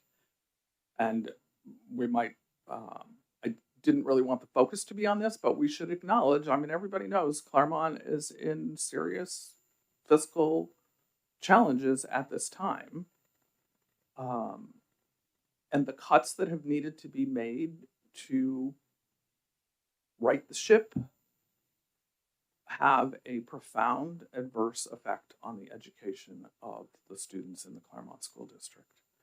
You can't cut 68 positions or lose 68 people. Some of those were cuts and some not, some voluntary, and not adversely affect what is happening. Anything further for this? Representative Carol McGuire. Yes, thank you. Representative Damon, if this bill were to pass, does the Claremont School District have even the start of a plan of how it would use the funds? Thank you for the question. I appreciate it. I would say, given the uncertainty, no one is making a plan specifically. And at the same time, there are very clear educational needs that are not being funded that the administration would want to address. And if it were helpful to the committee in deciding to go forward with this, I have no doubt that we could get a draft proposal in a short period of time because the needs are very apparent.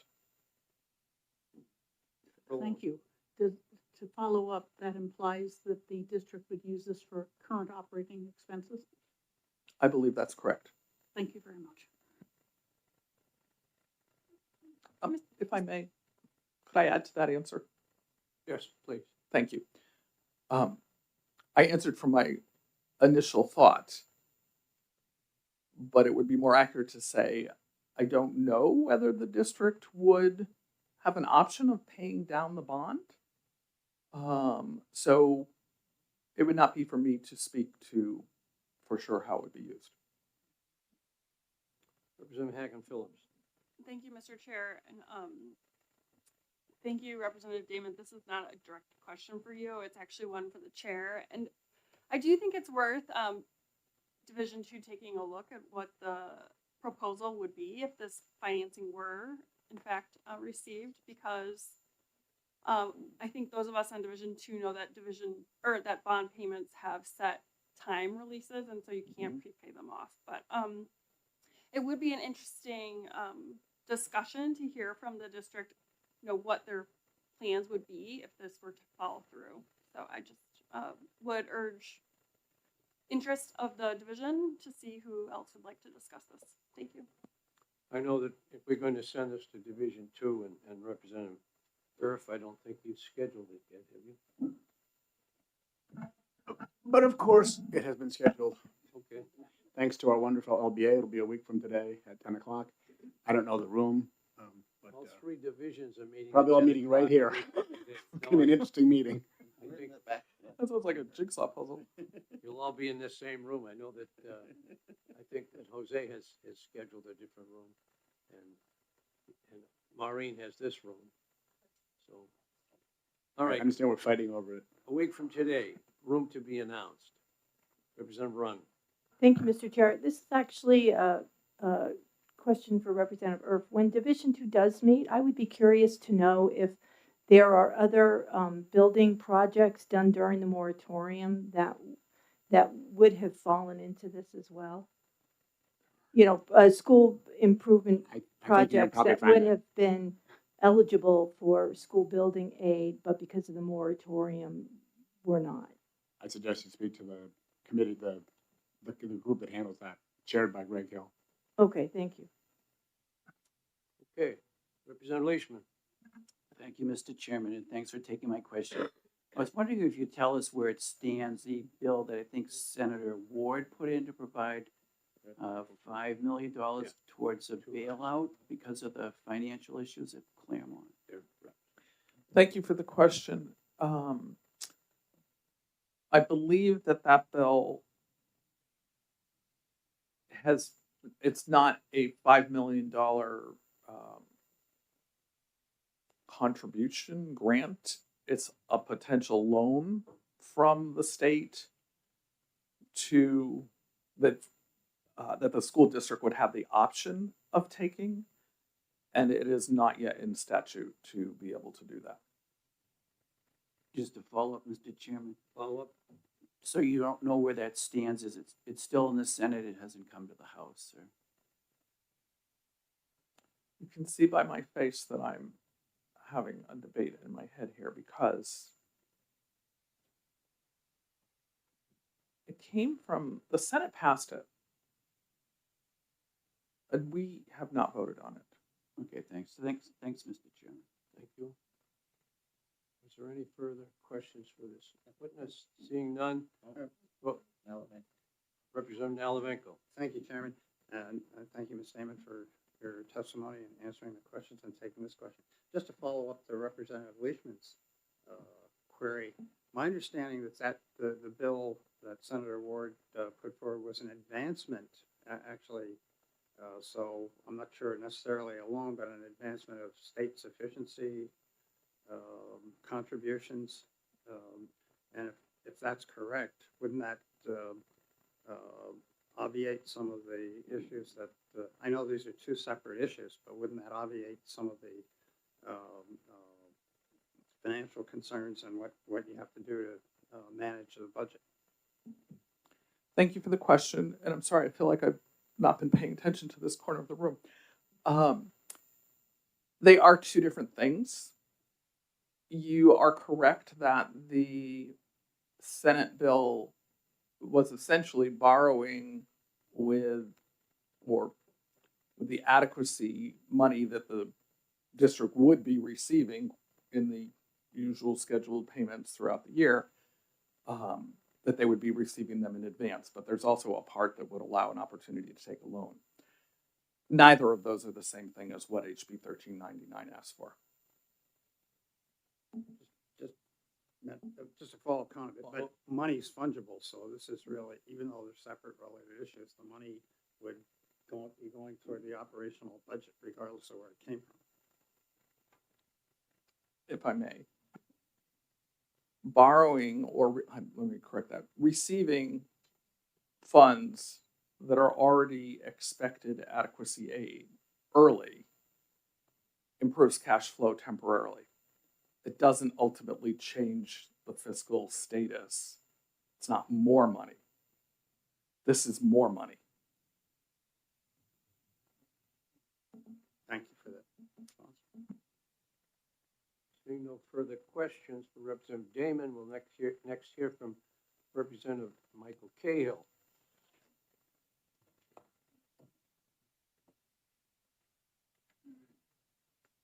Good morning. Good Oh, morning. wait a minute, it's almost afternoon. After his 8 Good morning, Mr. Chair and members of the committee. I'm Representative Michael Cahill from Newmarket. I represent the towns of Newfields and Newmarket and Rockingham 10, a county which is so ably managed by the chair of this committee. Thank you. I did email you all testimony because I support HB 1399, but I wanted to offer you this an alternative, and I know a committee could take a bill and rewrite it and change it as they please, but I wanted to offer you a lower cost alternative. And I think I explained in this testimony that the school building aid, if granted for that smaller project, would have amounted to some $7,000, $7 million, I'm sorry.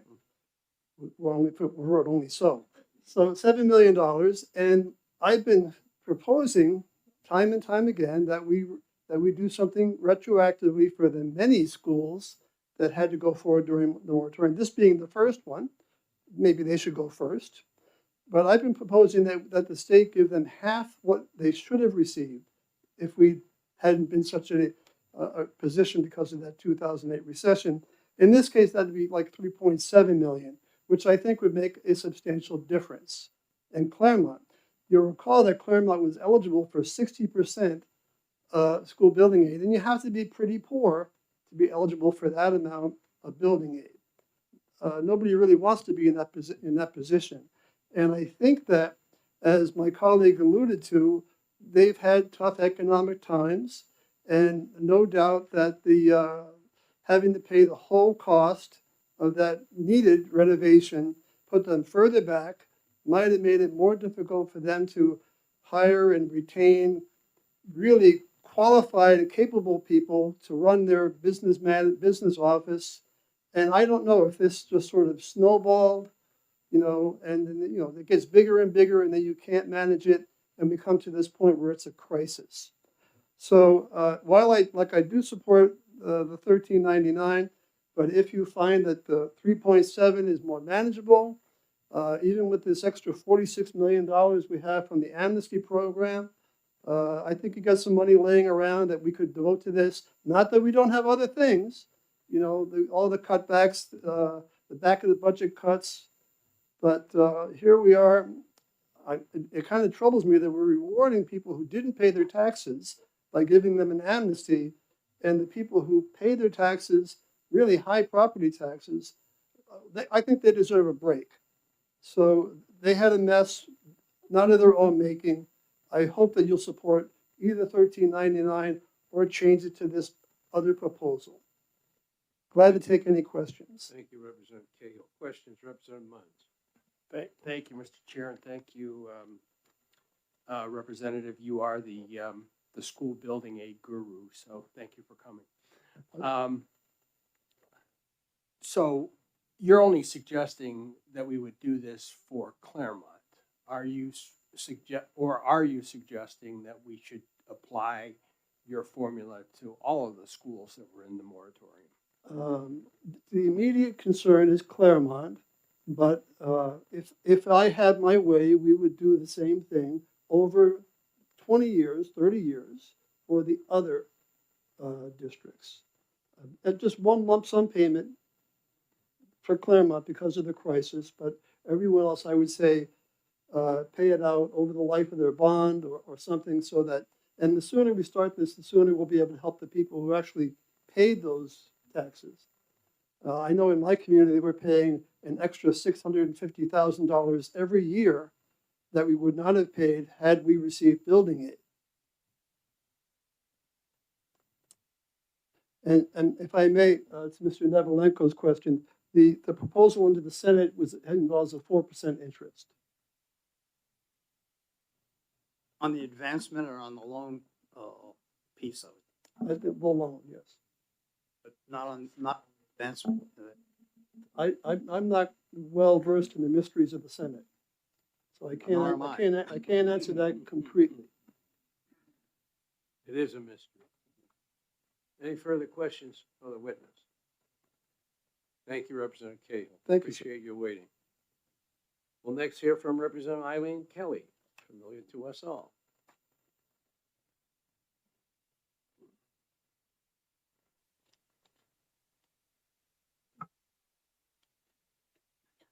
Thank you, Mr. Chair, and good morning. Well, good afternoon.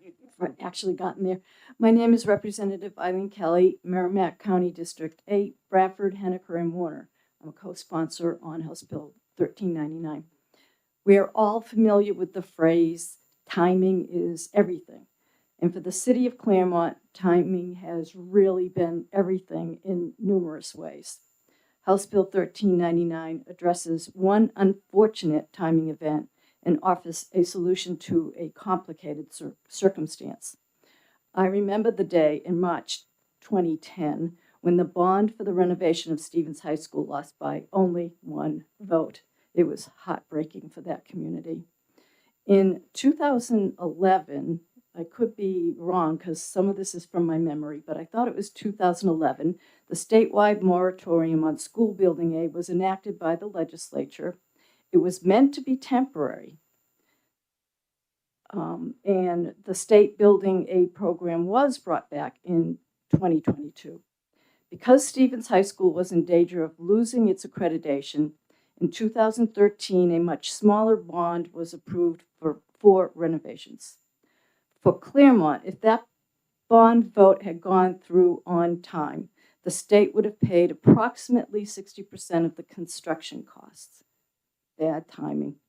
Claremont was caught in the gap without state building aid, while most other districts between 2011 and after the moratorium was lifted have benefited from the school building aid. We have an opportunity to help the city of Claremont, the taxpayers, families, students, and the entire community by passing House Bill 1399. Thank you. Thank you. Any questions for Representative Kelly?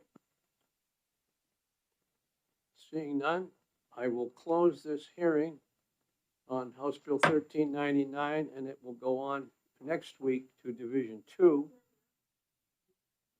I missed somebody? Did you have a pink card? Well, maybe I saw it late here. All right, wait a minute. Oh yeah, there's a couple I got late. Okay, sorry about that. I will reopen the hearing on 1399. I see I have two more cards.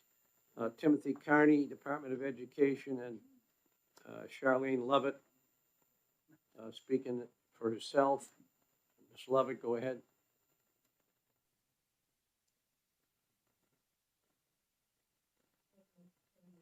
Push the button. Make sure the red light's on.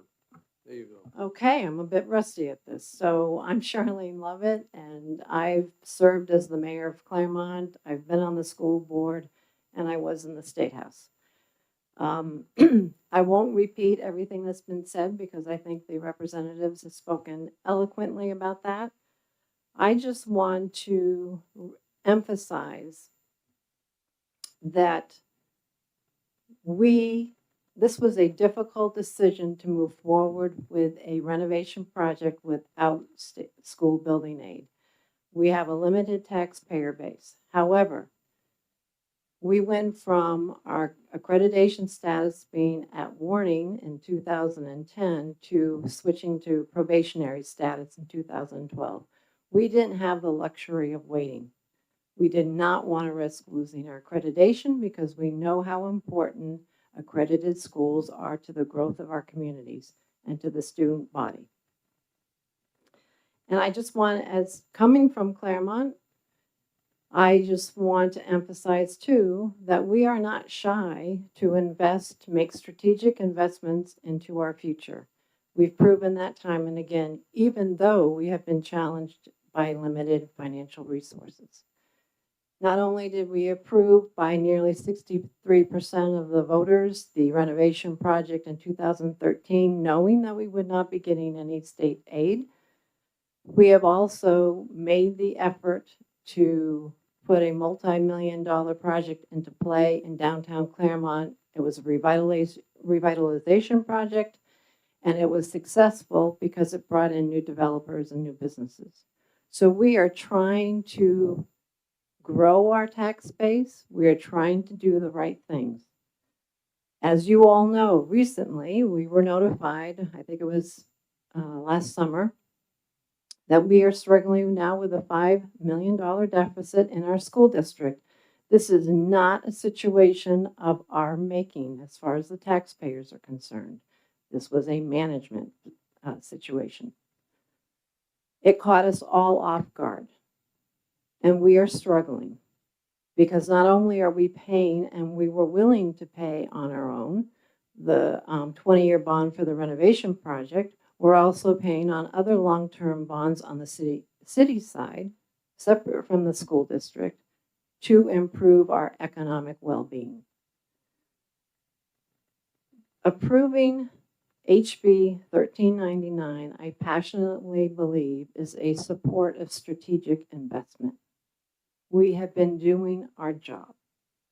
We were completely caught off guard by this $5 million deficit. And let me tell you about the support of the community.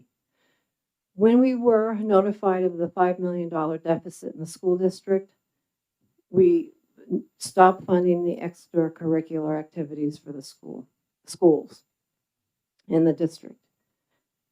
The community rallied. Everybody that could contributed funds to ensure that the extracurricular activities continued.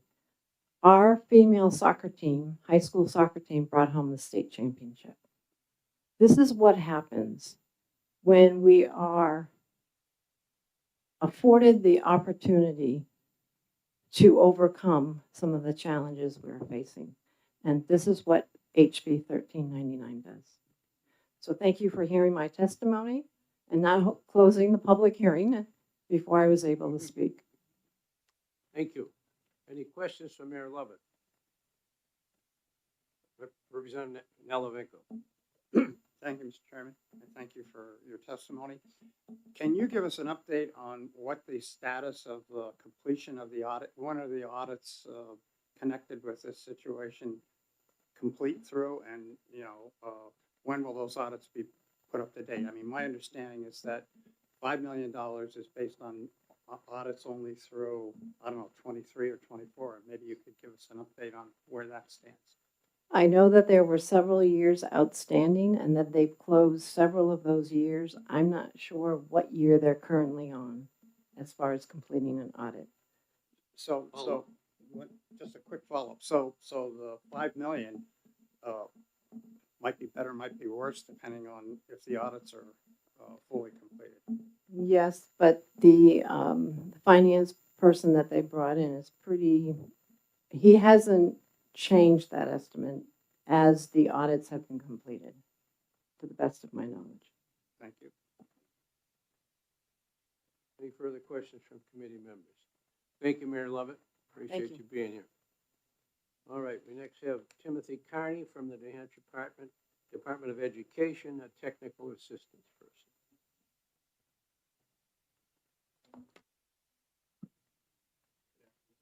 Good afternoon. Thank you for coming. How about now? Great. Yeah, good afternoon. So Tim Carney, I'm the administrator of the Bureau of School Facilities for the New Hampshire Department of Education. And although the language of the bill currently doesn't include any involvement from the Department of Education, we felt it might be helpful to be available should there be questions about school building aid. And so I'm available to answer any questions in that regard. Questions from the committee members? I'm thinking back to a few headlines in the newspapers about the time the 5 million first came up. And as I recall, at the time, there was very little said about building aid.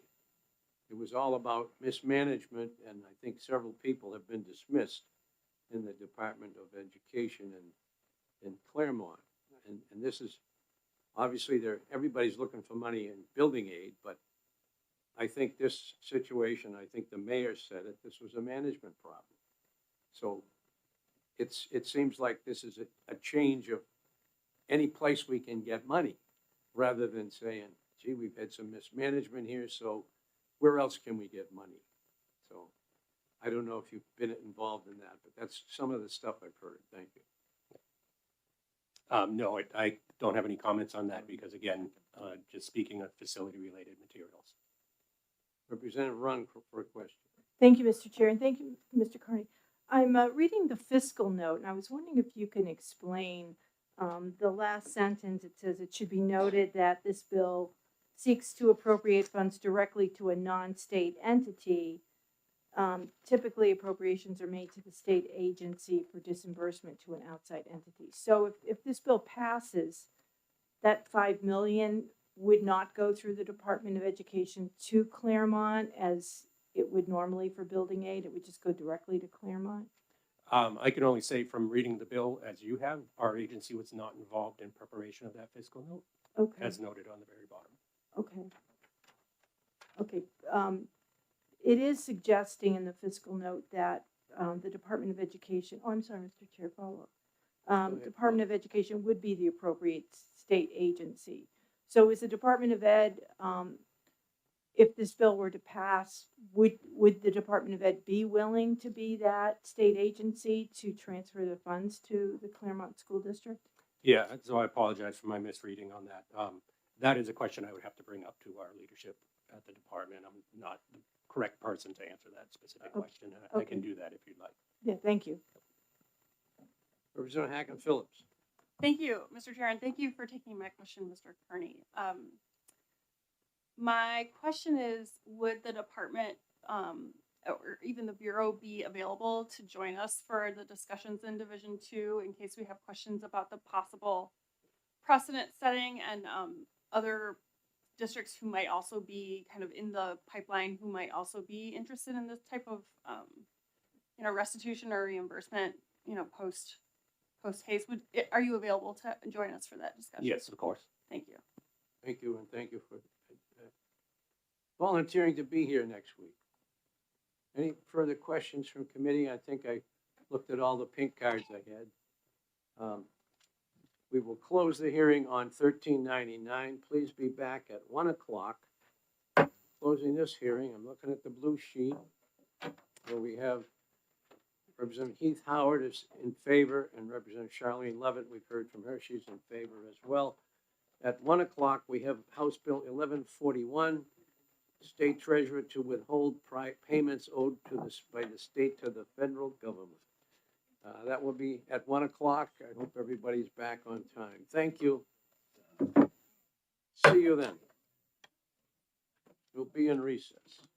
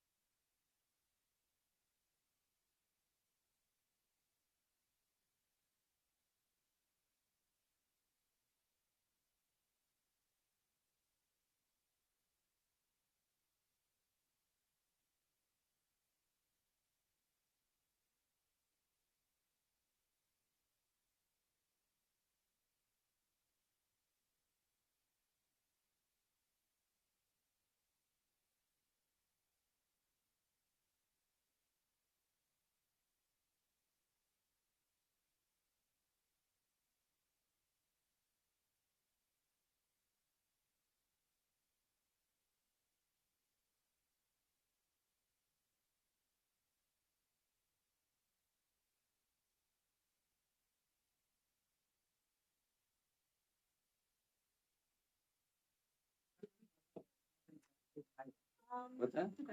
No. Oh, yeah. Good afternoon. It being 1 o'clock, I'll open the hearing on House Finance, and we'll start with House Bill 1411, and I recognize the sponsor, Representative Alexa Simpson is here. Thank you, Welcome. Mr. Chair. Thank you. Thank you, Mr. Chair and members of the committee, for having me today to introduce HB 1411. For the record, I represent Rockingham, District 33, which is the towns of Exeter, Stratham, Newmarket, and Newfields. This bill is straightforward. If Congress approves federal money for New Hampshire and a president freezes it by executive order or in contravention of a court order, the state treasurer may temporarily withhold an equal amount of state payments owed to the federal government and hold them in escrow. When Washington releases our funds, the state releases its payments. This bill assures that if Congress approves funding for our state and the president blocks it, New Hampshire should not be left holding the bag. This is not hypothetical. It's happening across the country, and it's already happened here. States nationwide are responding to sudden, unexpected, and repeated federal funding freezes. Money that Congress already approved is being withheld, often without warning. States are being forced to absorb the damage. New Hampshire is already living this reality. On January 28th of last year, the Trump administration issued a memo halting federal payments to states, including funding tied to Medicaid and Head Start.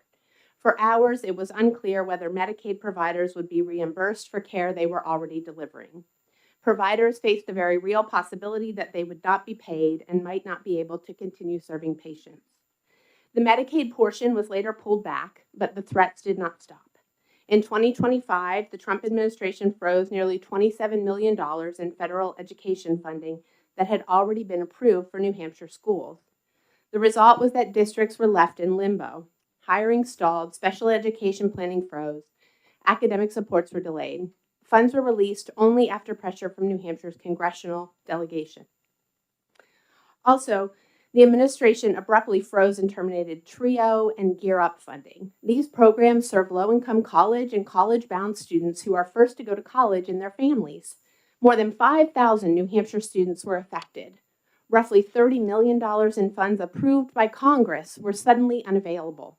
Schools and nonprofits had to scramble to keep tutoring, advising, and college access services running while awaiting federal checks.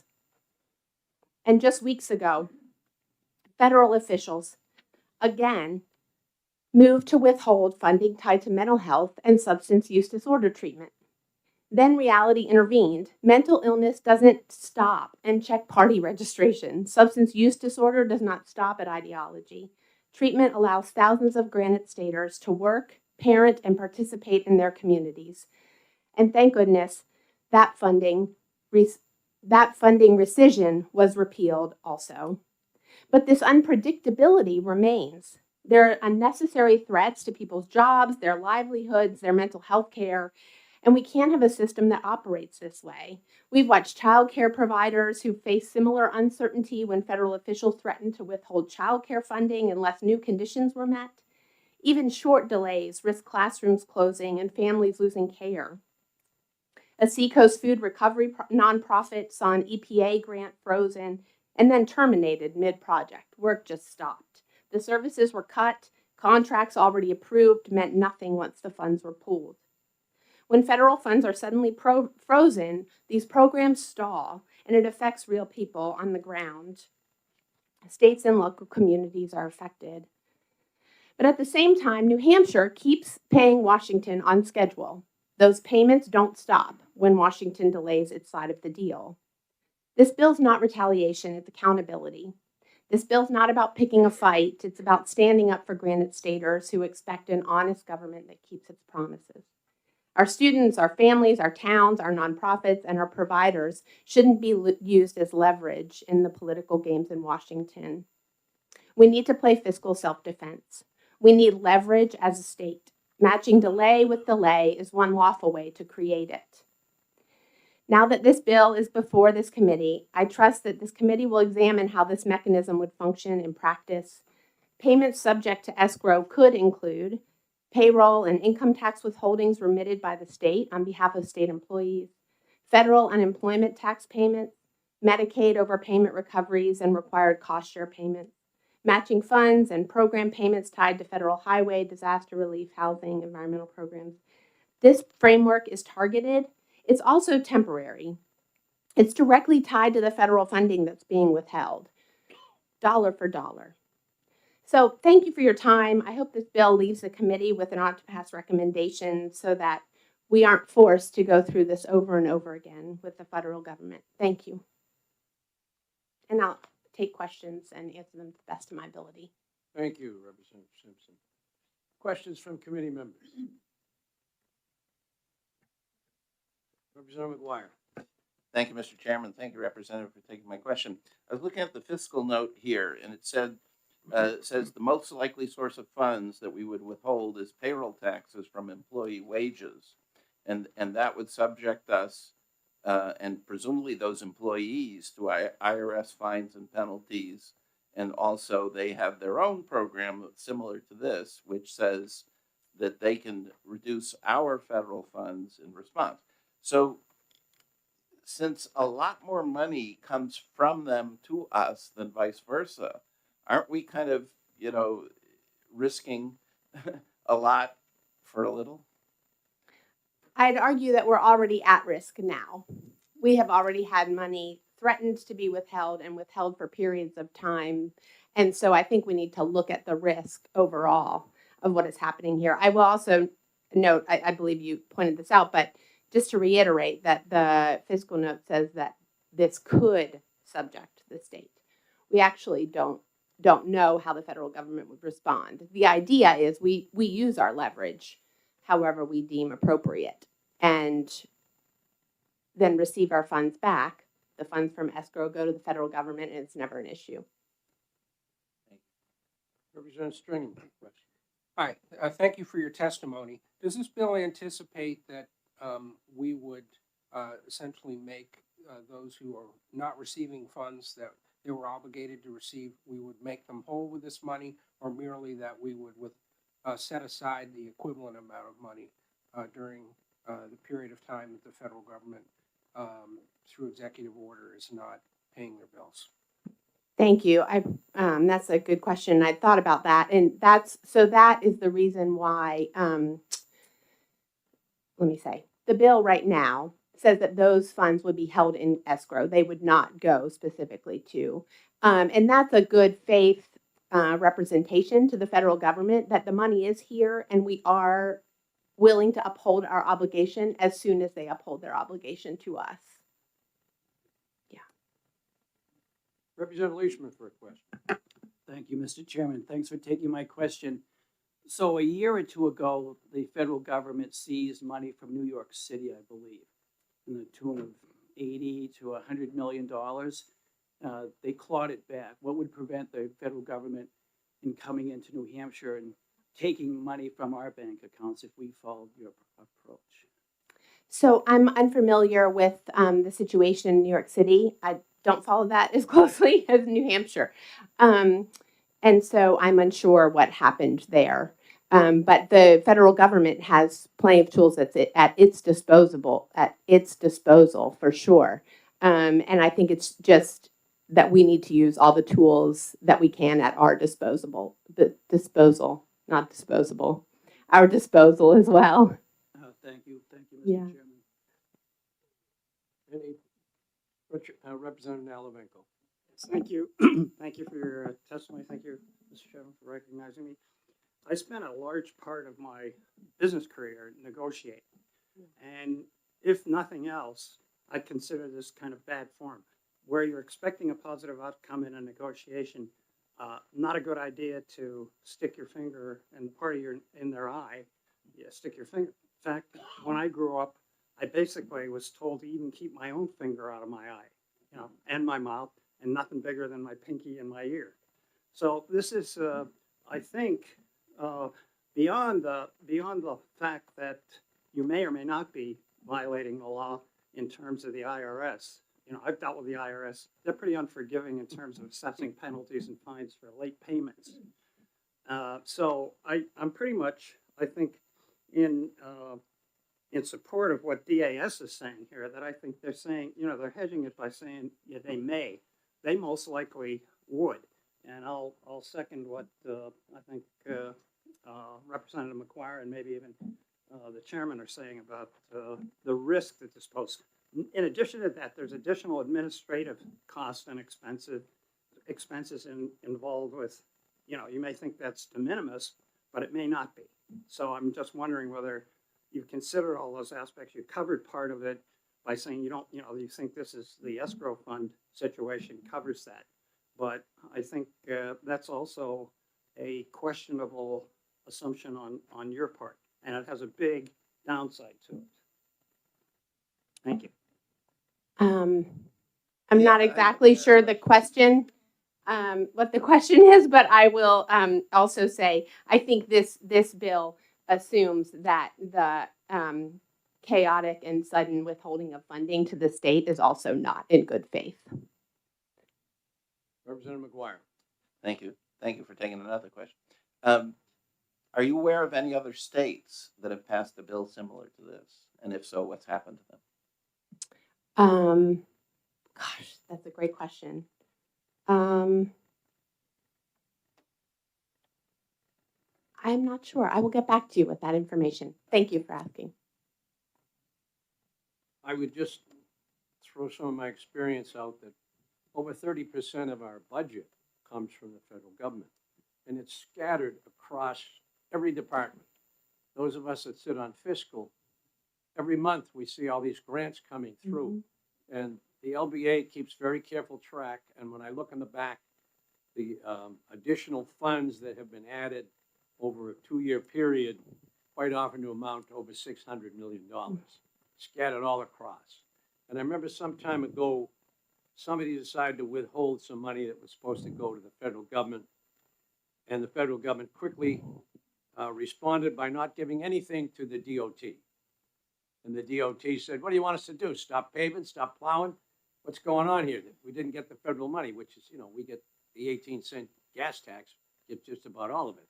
So they're quick to leap to revenge.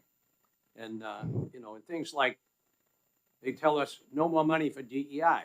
People think they can ignore it. Well, if you keep spending money on DEI, whoops, money will stop coming from somewhere else. And it'll be a different department, and it'll be a different place.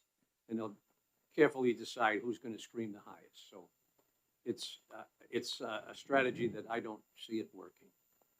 Thank you. I'm not sure if that was, I heard a question in there, but I'm not sure. Maybe I just have a response if I could.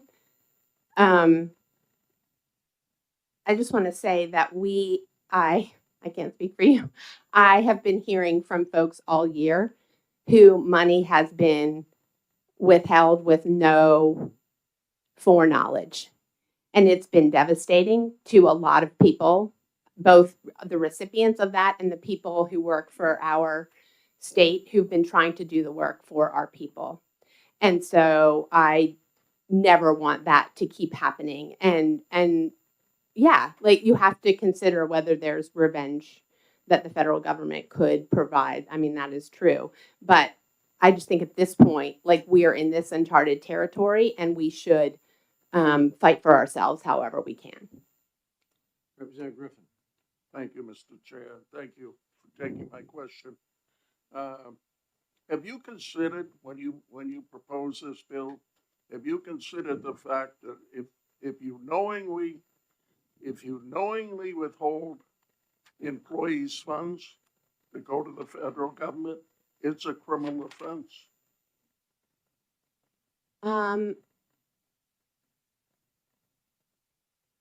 I have thought a little bit about something related, not that explicitly, because they're the payroll taxes that the state pays on behalf of each individual. And so I think it would be treated differently. I think we don't know because we've not tried this before. Well, let me just say that I'm a CPA by trade. And clients who withhold monies that belong to the employees and should be remitted to the federal government, subject to criminal law, so. Thank you. Further questions from committee members? Seeing none. Thank you for your testimony. I think we're sending Thank you, this, are Mr. we Chair. sending this to another division?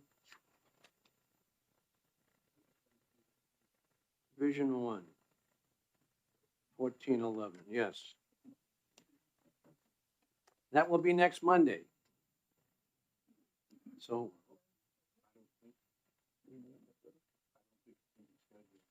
You don't have it on your schedule? Okay. Well, you can. Ah. You can still add up until Wednesday, I think.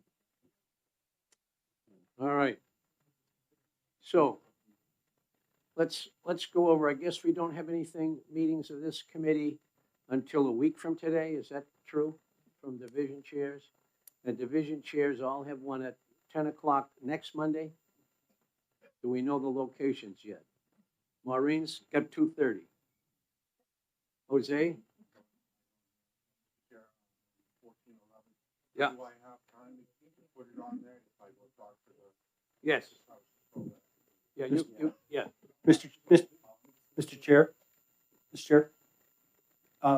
Jose, there, Janet sent out a notice on January 21st for a Division 1 meeting on February 9th, and that bill was on it. It's on there already, okay. Hold on, I'll pull it up. I'll look at them. Room 234. Okay. All right. Keith, do you know your room yet? Okay. All right, Jose's 234, Maureen's 2:30, and Division 2 to be announced. But we'll all be here 10 o'clock next Monday. And Representative Kelly, It says 228 in the calendar? you got a room number Yeah, 228. for Division 2? Yeah. Thank you very much. All right, so the rooms are 234, 228, and 230. So we're all on this floor, all in one room or another. And Mr. Chairman, I would just remind members of Division 3, we're touring the Philbrook Center tomorrow, 1 o'clock. 1 o'clock. Yeah, very good reminder. We didn't get a real good explanation of what's going on in the Philbrook Center. Obviously, the HHS is planning to empty it out. So with this bill that says cancel the sale, I don't know what's going to happen because some of it is this contract they put out for this, what is it, 219 beds or 92. 92 beds. So, yeah, it kind of leaves it all up in the air. So it's a good thing you're going to go there and bring it. I'll try to join you if I can. So I have a good idea too. So see what's going to happen. All these things that happen are all up in the air and you know, so it's a good thing we look at preliminary introduction of the bill and then we send it to the division and get a few more details, and we'll come back to the full session and make decisions there. So, all right, anybody else want to add anything else for the good of the committee? I appreciate your attendance and your study of all these things, and I know from your questions, you're giving it serious thought. So there's a lot of complicated stuff here, like this bill we just heard. My belief is it's been tried before and it failed because you didn't get the $1 million you wanted in your department, so you withheld some money over here. All of a sudden, the 30 million that the DOT was expecting didn't come, and all of a sudden they wanted to close down. So they have so many more handles and controls over our budget than we do over anything that goes to them. So,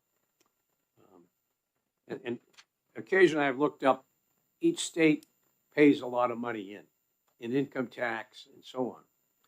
And, you know, I look at states like New Mexico. The federal government spends twice as much on New Mexico as they get back. We spend about $8 billion, I think, between income taxes and other things that probably don't, Social Security, things that don't all go through the state coffers, but we spend a lot more than comes back from the from the federal, and I guess that's the way it should be, because we can't expect them to pay for our schools and our fire departments and all the things that, you know, services that we need. But nevertheless, it's not equal, and I don't know if it ever will be. It all depends on the power of the Congress people that we send up there and what positions they have. So that's what happens. So anyway, we'll see you all. Some of you I'll see tomorrow at 1, and some I'll see you next week. Haven't decided yet which division I will be at. I may try to drop in on all 3 of them and see how it goes. So thank you for your attendance, and I'm glad it warmed up a little bit. Maybe we'll even get some melting. But all right. Are we ready? Anything else to say? Representative Tulerski, did you want to say something? No, sir. Okay. You had an anticipatory look. Leave me out of here. All right.